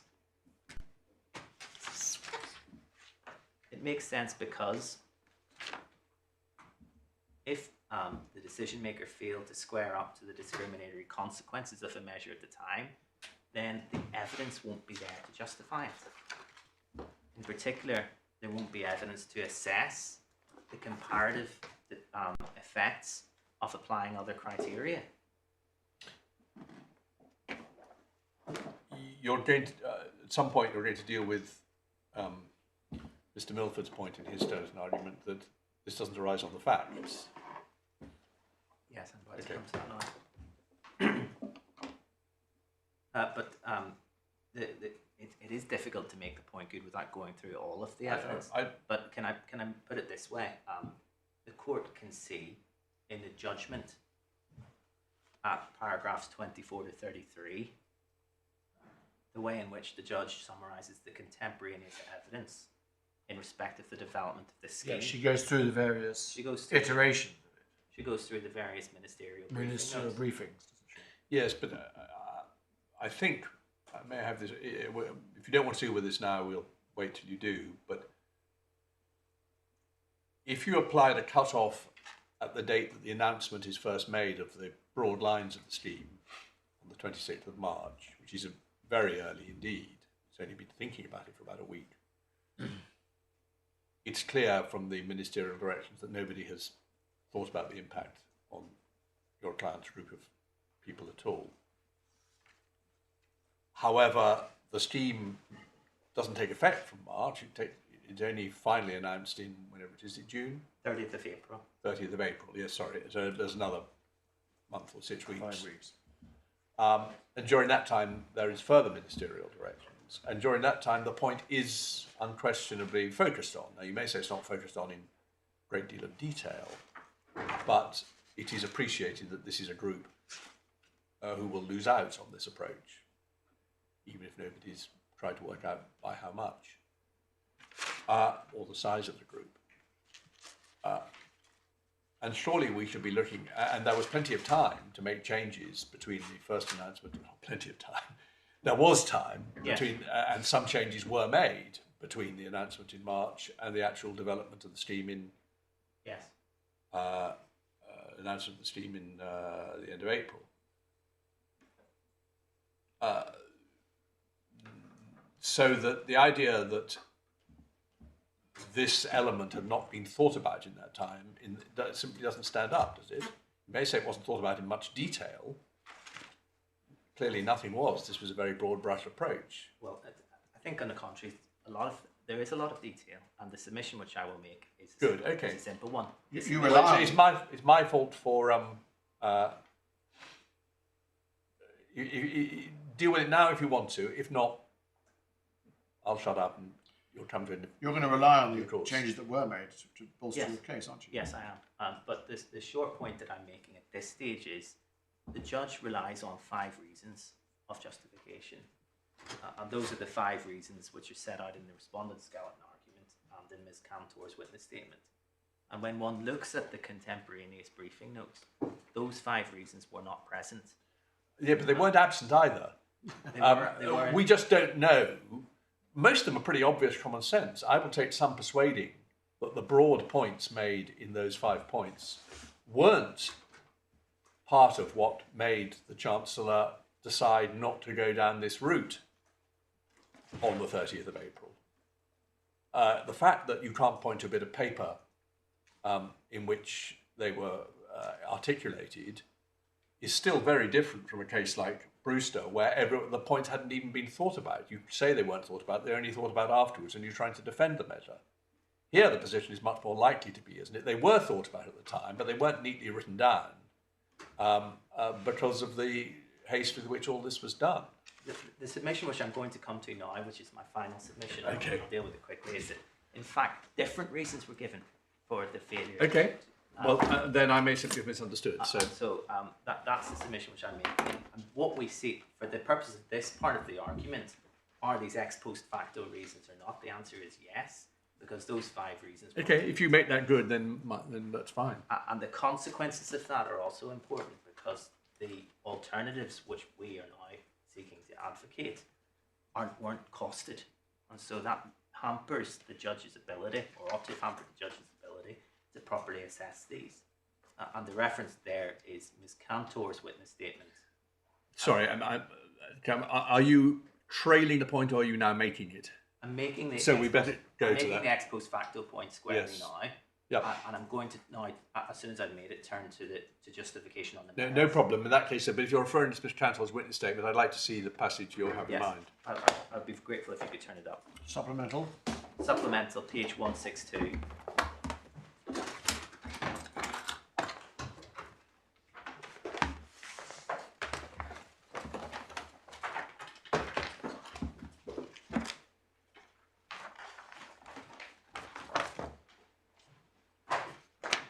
Paragraph E.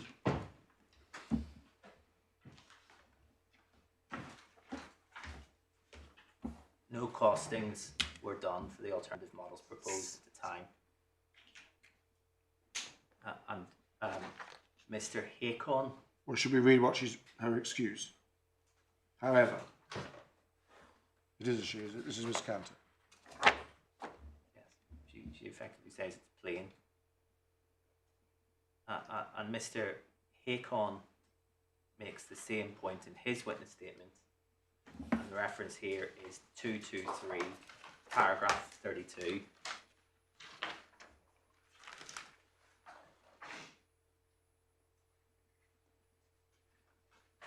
Which paragraph did you say? 32. I'm sorry, page number 2. 223. Forgive me, thank you. Just give me a moment. 32, yeah. And it's right in the middle of that paragraph.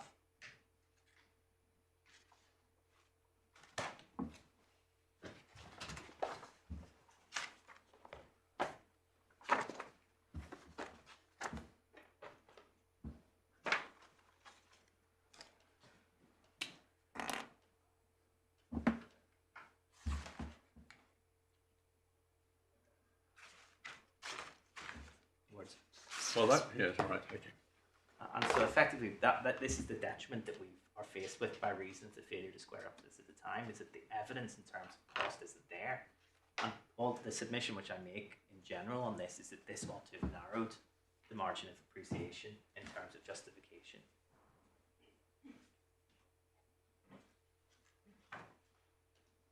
So what was there precisely? They thought about it. Well, I said, and I'm going to turn to this in a moment, they actually gave different reasons at the time for not adopting the exceptions which I'm about to give Okay. for. But your point on the ex post facto point arising out of the passage you showed us is what? The evidence which the respondents need to justify this scheme isn't there because they didn't square up to it at the time. Well, Yes. it's clear they did square up to it at the time. That's the passage you showed they did. What they didn't do was cost it. The costing is important. Well, costing is not the same as squaring up to. Well, I read these passages as saying, and if you say I've read them wrong, you must show. We did appreciate there was this problem, but we thought it would be incredibly complicated and difficult to work out any alternative in the very tight timetable to which we were working. So we didn't bother to examine any alternatives. There just wasn't time. We did know, and we were well positioned because we're expert in this, that they would be costly and complicated to work out. And that was enough. That was all. That's the only judgment we made, but it was a sufficient judgment in the circumstances. Now that is what they're saying, isn't it? What they're saying is they're asserting after the event that it was plain that these were administratively difficult. And it was No, you plain- say they're asserting after the event. That's only because the witness statement was written down after. They're saying these were our thoughts at the time. The witness statement will always be after the event, but they're giving evidence of their thinking at the time, aren't they? No, my lord. Well, why, how can you say that? Can you go as far as that, or can you only say there isn't any evidence? There isn't any evidence of that.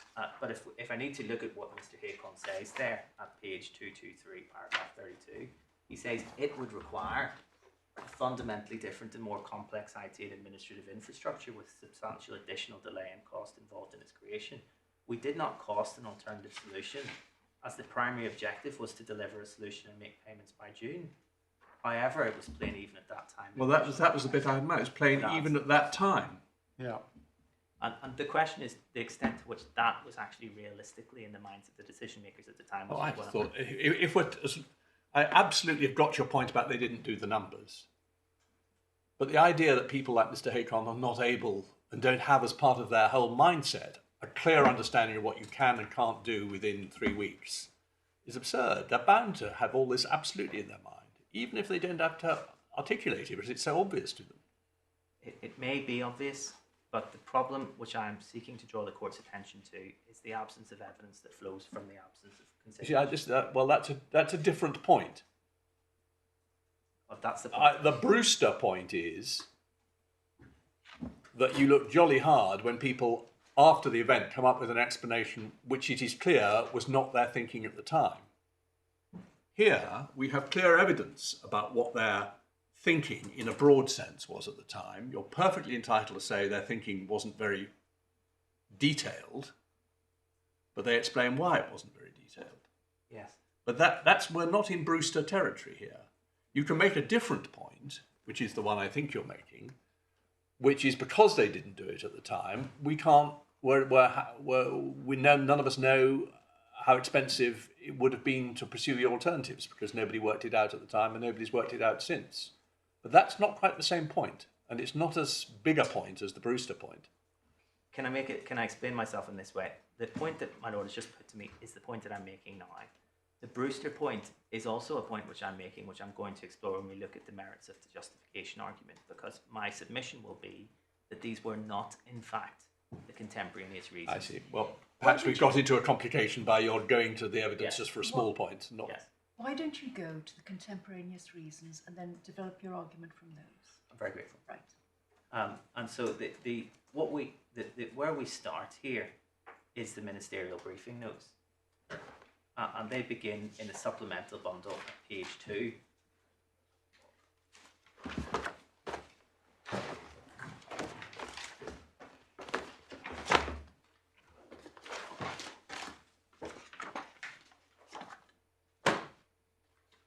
And the short point which we can take from this ministerial briefing note is there is no consideration to maternity or new motherhood. What there is a general explanation of the scheme and how it's going to work.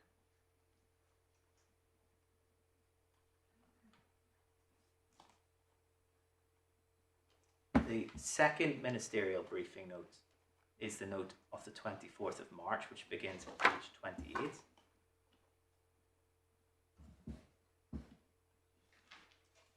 And it again makes no reference to pregnancy and new motherhood. These are, when they say you, these are addressed to the Chancellor, or perhaps to Yeah, one of his junior ministers, but yes, to the Chancellor. the Chancellor. It's page 8, and you say the date was the 28th of March. It's page 28, yes. And it's date's the not 24th of Well, March. sorry, I can't see the date. it's top right-hand corner. On page 8. 28, my lord. Page 28. I'm sorry. Tab 2. Page 28. Sorry. What we do see here is an equality assessment right at the end of the briefing notes. Beginning at page 33. And the protected characteristics to which attention is drawn is young people, paragraph 46, Pakistani and Majesty individuals, paragraph 49, and then at paragraph 50, no one else. And you've got on the next page at paragraph 57 hard cases. Yes. And the hard cases don't include They don't, no. this category either.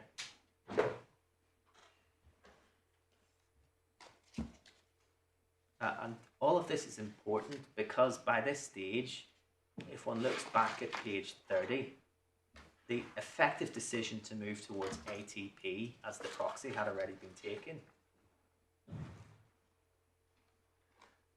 And that's paragraph 14, which we've looked at already this morning. You have indicated that ideally the award would be based on a 3-year average of trading profits.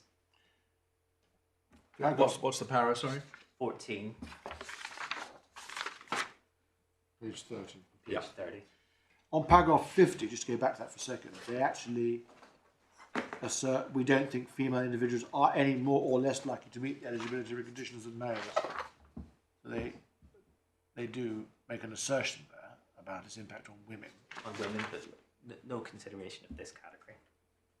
And am I not right in understanding that actually there are two separate points? There's the eligibility conditions, which are distinct from the quantification of the amount, or have I got that wrong? There are eligibility conditions and there are quantification provisions. So what are the eligibility conditions? They're the ones which are set out in paragraph 5 and 6 of the direction itself. Remind me what they are. That you have carried on a trade in the relevant years. I'm just going to try Yep, so okay. I get this. I don't want to get this in inaccurately. That's the core bundle, isn't it? Yes. It's page The last- 187. The last page of the core bundle, last page, last tab. Yes.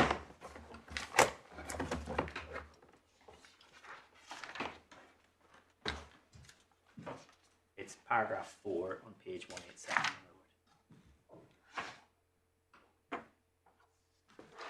Yes, so that doesn't use the word eligibility, but that's what everyone means. Qualifying.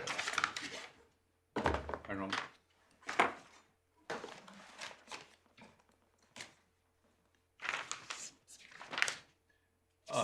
But the profits condition is quite important. That's 5, yeah. Yes. And 6 is also important.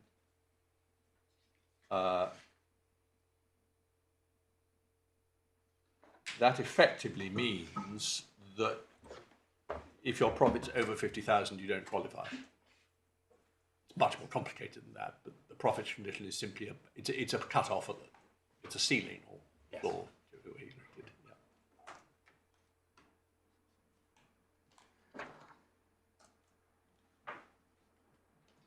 All right, Ms. Bunting, anything more on this?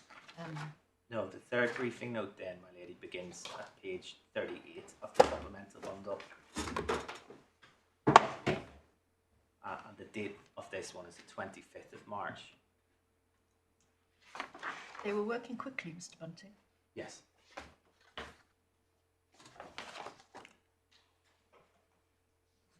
And again here we see that the clear move towards the 3-year average at page 39, paragraph 5.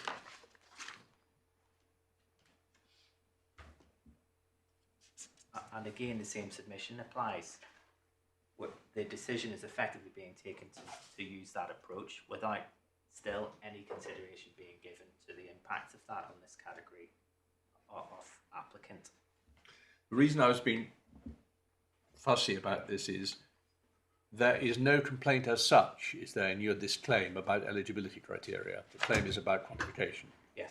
Yeah.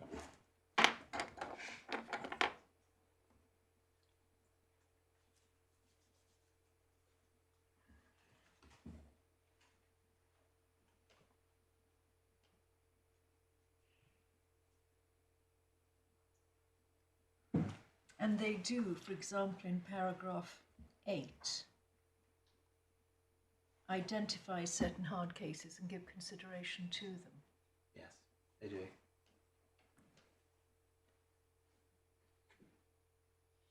That's a hard case without particular regard, if I can put it this way, to equality impacts. Oh yeah.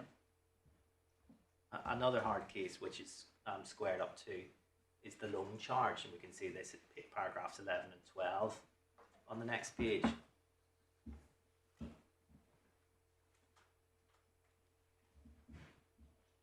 And an exception being recommended for the loan charge. What is the loan charge?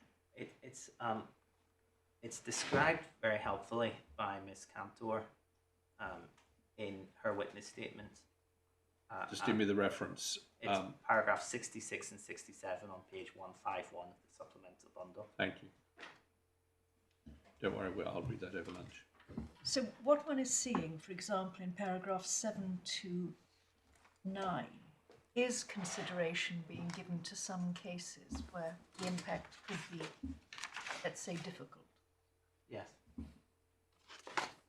And then at 11 to 13, I was drawing the court's attention to this category of cases to which an exception is effectively being created. Yep.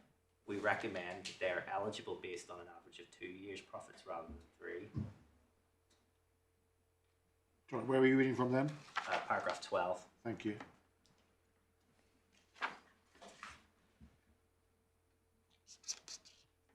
Then we see the next briefing notes at page 42. I'm so sorry, could you just go on to paragraph 13 as well? Sorry, here. Mr. Milford has asked me to draw your attention to paragraph 13.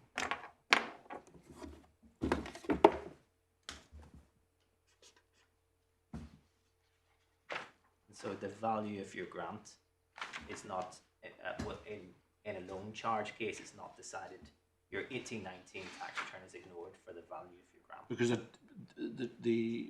the tax would distort the figures. Yes. The tax. Yeah. And so not just eligibility, but also quantification of your level of grant in this context is based upon removing one of the 3 tax years.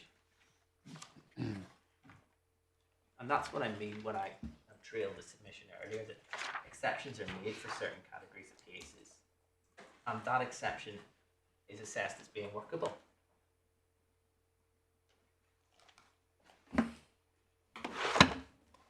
Then 42.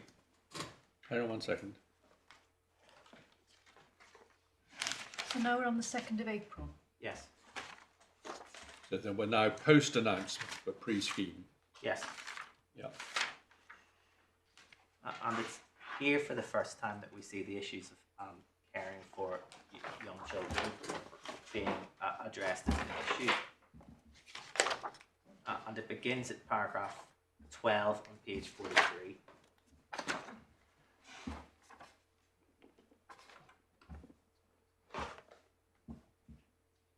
So there's your case.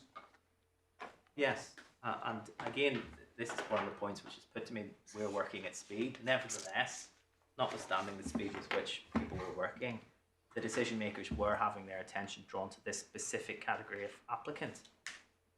And that it was drawn by UK Music there, Labour MPs, including Jess Phillips.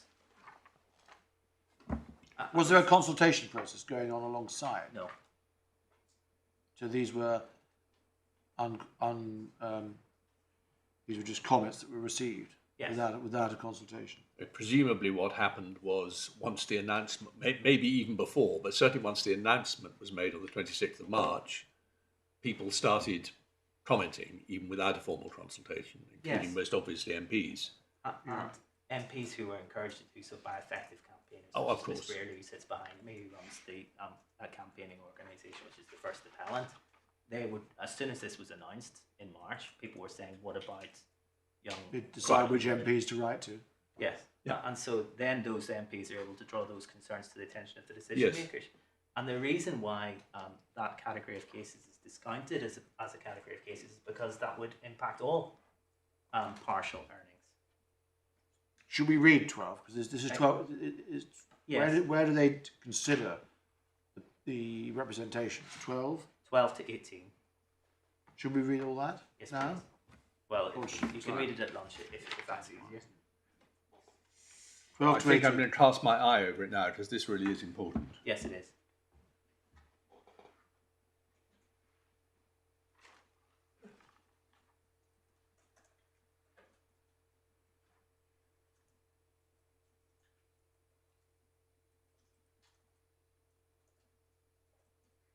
Yes, I mean, the particular option they're considering is annualisation rather than taking a different year as a base.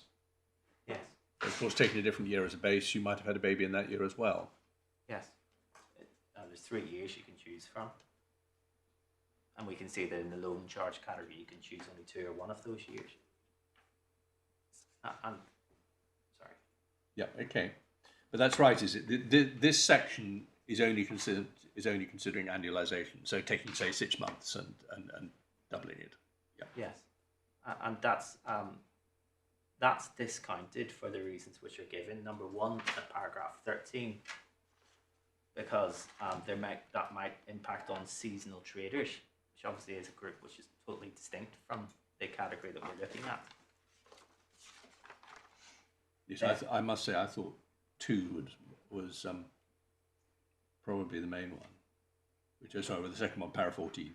Then paragraph 14, annualising would not capture the majority of individuals who took time off to care for a new baby, as through self-assessment data we cannot identify breaks in trade of any sort which last for less than 1 year. And realistically there, the issue is that there isn't self-assessment data, but of course there are other ways of proving that. Such as? Which is submitting a birth certificate.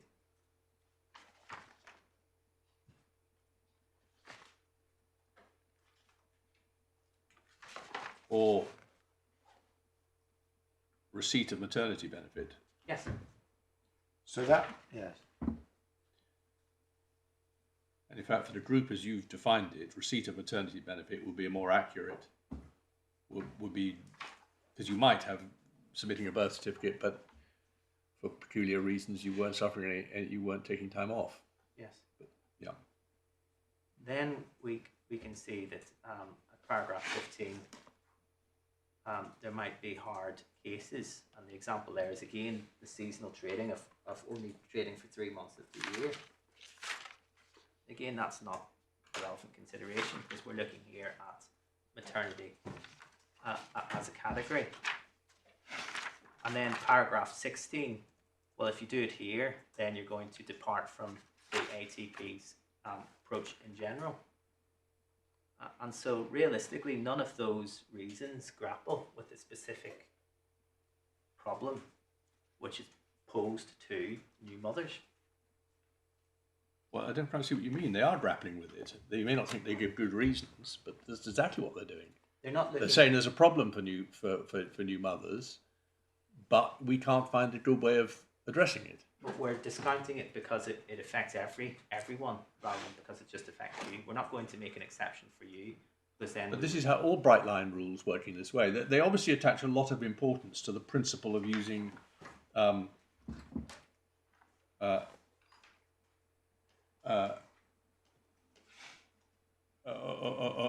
self-assessment returns. That is the point which is made in paragraph 14, yes. And 16.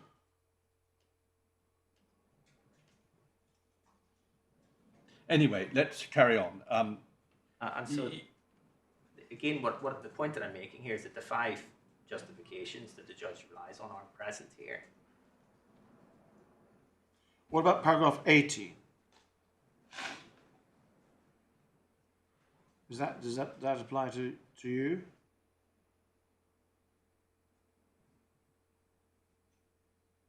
It's an alternative which is being suggested.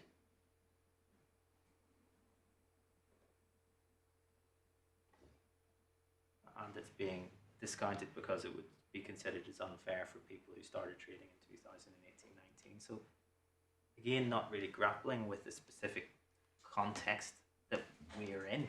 Well, what do you mean by that? What do you mean? We're in the new motherhood is a category, as I've sought to explain, Yes. for a good reason. But what you're really saying is that these are not very good reasons. I don't call that not grappling with. Well, The 2 points that I'm making in my note, I'm sorry to interrupt. No. More important, you speak than I do. The 2 points which I'm making are, number one, these aren't the reasons which we then see adumbrated by the judge and by Ms. Cantor. That's the ex post facto point. Number two, they don't grapple with the equality needs of this category of Is it right they aren't the judge's 5?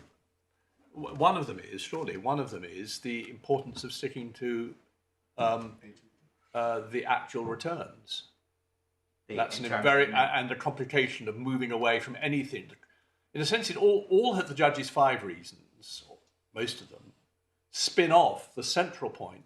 If you calculate it by reference to returns, you have a straightforward system. The figures already exist. The taxman is sitting on them. 2, you reduce the possibility of fraud because unless the returns were themselves fraudulent, you can't go behind them. 3, can't remember what they are. I have to go through the 5 reasons, but most of the 5 reasons are essentially elaborations of a central reason, that this is the only way that will work. And that is what is apparent here. If one is being generous, that is what is apparent here. I can see that. When you say they didn't grapple with them, these points, when deciding what amounted to sufficient grappling, one has to remember the particular circumstances. Yes. And they were turning this round in extremely quick time. Yes. Here they're having meeting every week, or preparing these documents every week. And one imagines this was not the only thing they were all doing. Indeed. And it might be said this was sufficient evidence of grappling with your client's position in the context of the pandemic.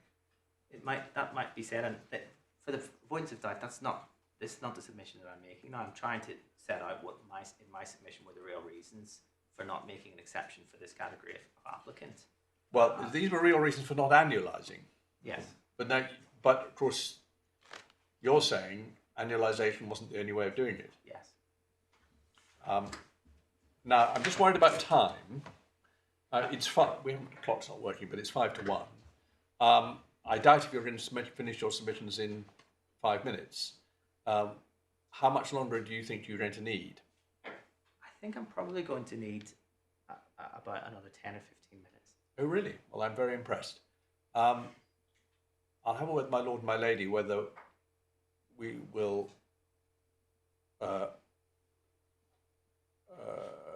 just sit to finish, so say to 1:15.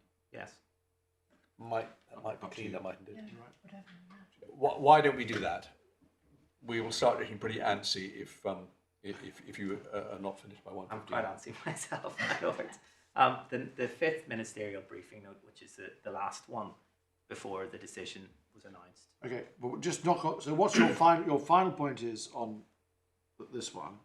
They considered analyse, but that wasn't enough. Analysing wasn't enough. The 5th ministerial briefing note is then page 47 in the supplemental bundle. It's the 22nd of April.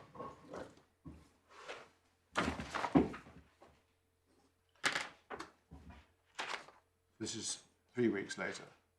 Yes. After Easter. And here we have consideration of maternity leave. It begins para 17, yeah? Yes, page 49.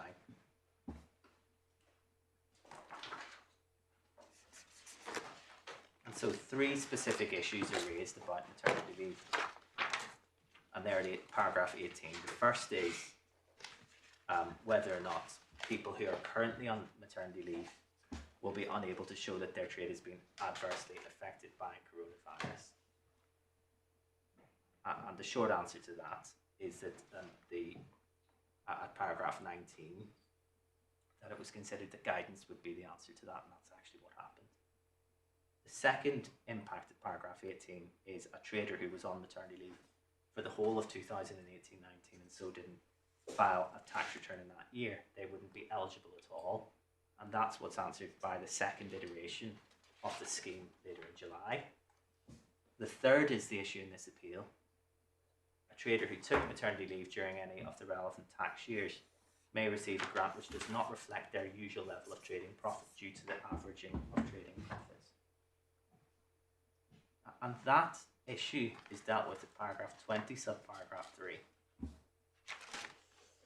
And it's effectively, the answer is, that's a consequence of you choosing averaging over 3 years to determine the award. In previous advice, you ruled out prorating partial years of trading, which would have had a small mitigating effect in this issue, but led to an over-subsidisation of many others. So the making an exception in this category was rejected because the Chancellor had already decided not to make an exception for anyone.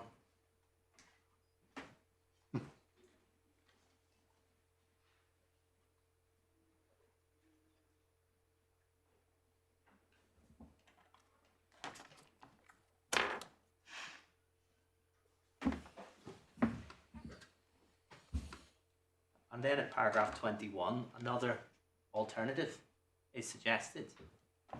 We are exploring whether we could invite affected people to make themselves known to us through the disputes process and apply some special rules to disregard the maternity period when calculating their claim. This would be outside the fully automated process, so we need to explore the numbers and impacts involved before determining the feasibility of this. But the Chancellor wasn't invited to approve that approach. The Chancellor was simply invited to note it, and there is no evidence that it actually happened.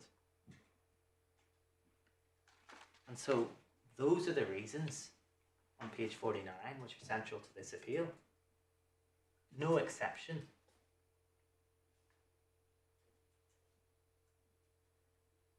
Because we don't want any exceptions. And no consideration of this mitigating measure for no real reason. Hang on 1 second. So for your first point is, your second point is no consideration after this of this mitigating measure. Yes. What was your first point? It's the point which is set out at Roman numeral 3 under paragraph 20. We've Already already decided to do this.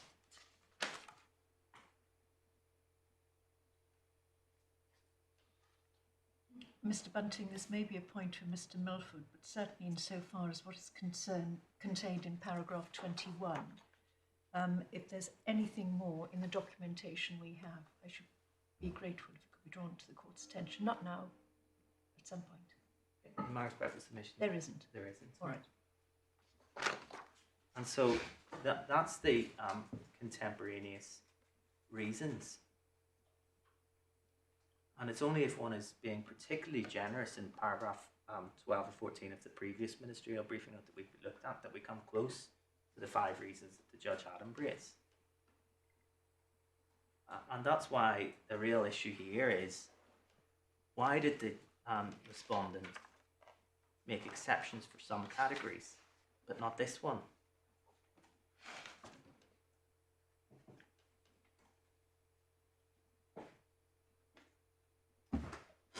And can I finish off with this? It's the first exception is the loan charge category, which we've looked at briefly already. And we can see from the direction itself, paragraph 6.2b, for bundle 189, that those subject to the loan charge only had to rely on 1 or 2 sets of annual profits.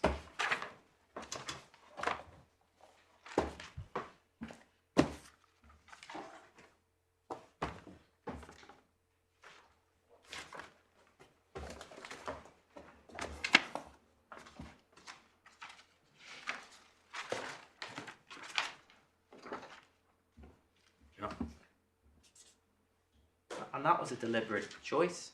It was a deliberate choice because it was felt unfair for them to have to rely on 3 tax years. But we don't know the size of that category. We don't know why it was unfair for them, but not unfair for the category of new mothers. All we know is that an exception was created for them and that it didn't cause the consequences of administrative workability, fraud, all the rest that we see adumbrated in a judgment. And that's the difference in treatment that needs to be justified.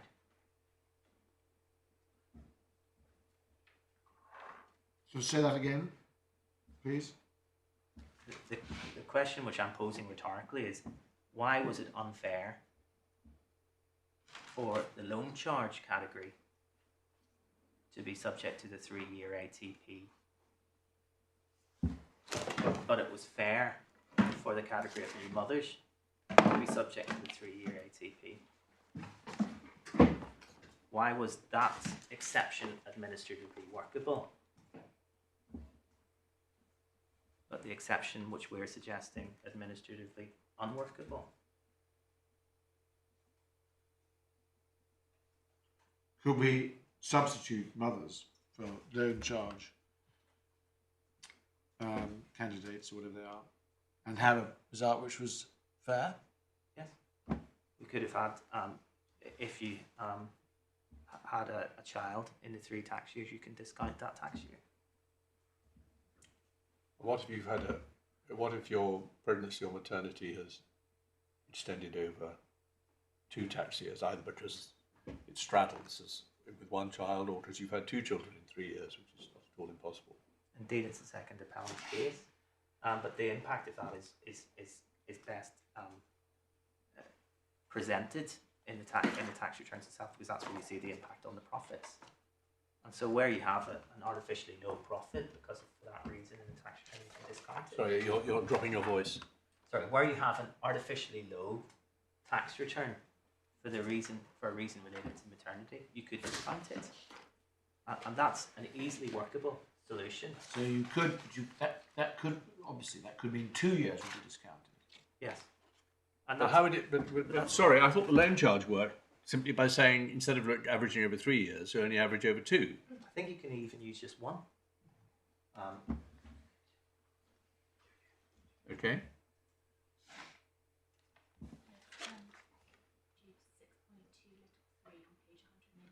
Yes. I'm looking at 6.2.2b, is it? No, 6.2 what? 6.2a, Roman numeral 3. 1 year. I think it's probably best to address that after lunch, to the extent that I think that there's a dispute about it. Well, I think we're not going to let you speak after lunch, but you can do it in reply, or Mr. Milford can sort it out for us. Yep. It reduces the number of years down to a minimum of 1. Yeah, that's my submission. Yes. The second exception, which we then see being built into the scheme, is in the second SEISS direction, because as we see from the evidence from Ms. Cantor and Mr. Akon, at that stage a new exception is built in for 2018-19 parents. And the relevant passage here is at paragraph 75 and 76. Where do we have that direction? The direction is in the supplemental bundle. And it's right, isn't it? The point's made, I think, in Ms. Cantor's evidence that the formal challenge is only to the first direction. Yes, I'm not challenging the second. No, I know you're not, but I just wanted, it was a useful time for me to just make that point. So the second direction is where? Supplemental.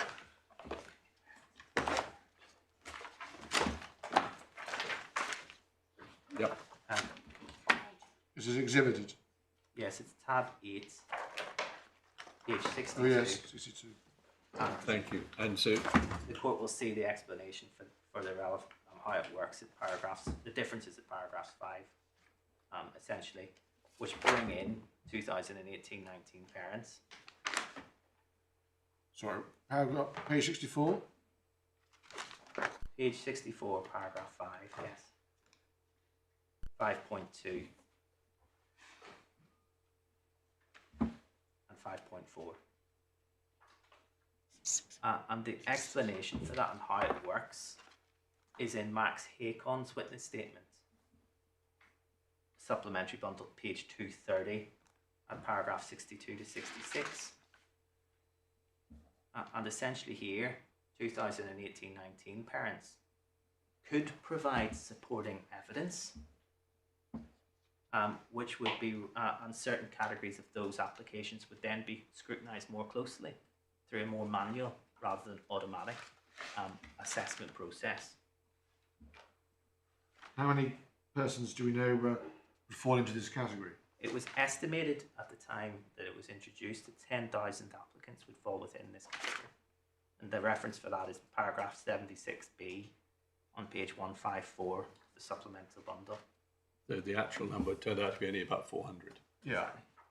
And by contrast, at the relevant times, it was estimated there were 65,000 new mothers in the relevant 3 tax years. And the reference there is supplementary bundle, page 53, paragraph 13. And so here again, what we see is evidence. Sorry. Supplementary bundle tab. I'm not sure what tab it is. It's page 53, Thank you. paragraph 13. Sorry. And so again, what we see here is an exception being built into the scheme for a category of applicants for good reason. And the way in which that exception worked was manually rather than automatically, in part. And why was that acceptable for 10,000 applicants, whereas this category of 65,000 applicants was not considered? And that's what we need justification of. It might be thought to be administratively much easier for a small category than for 65. It might well do, but where is the evidence of that? And that's the simple question. And so realistically, that's my case on justification, and I rely also on the points which is set out in our skeleton argument about the 5 individual factors. And unless I can assist the court any further, those are the submissions of the appellants. No, if I may say so, you've been extremely clear and succinct. We're very grateful. Can we take a slightly short lunch and say 2 o'clock? Yeah. We'll sit again at 2 o'clock. Thank you very much. One moment while I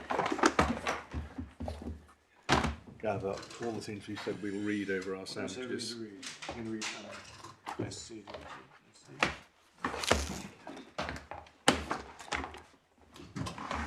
Report, Ralph.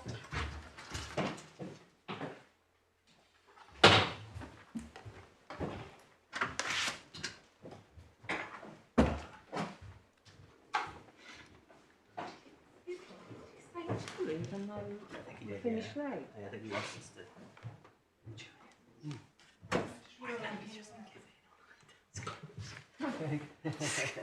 Keep justification. Davies.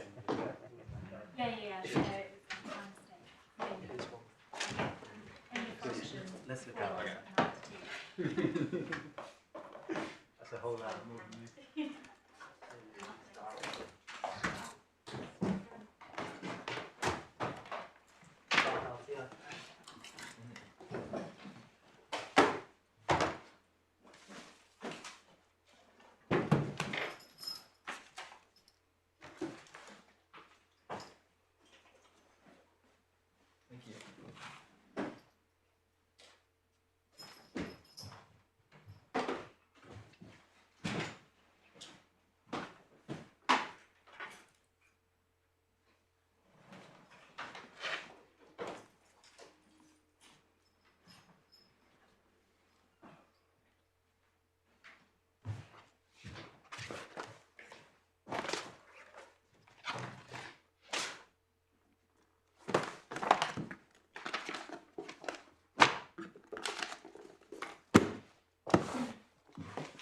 He's asking if you want to have a tea.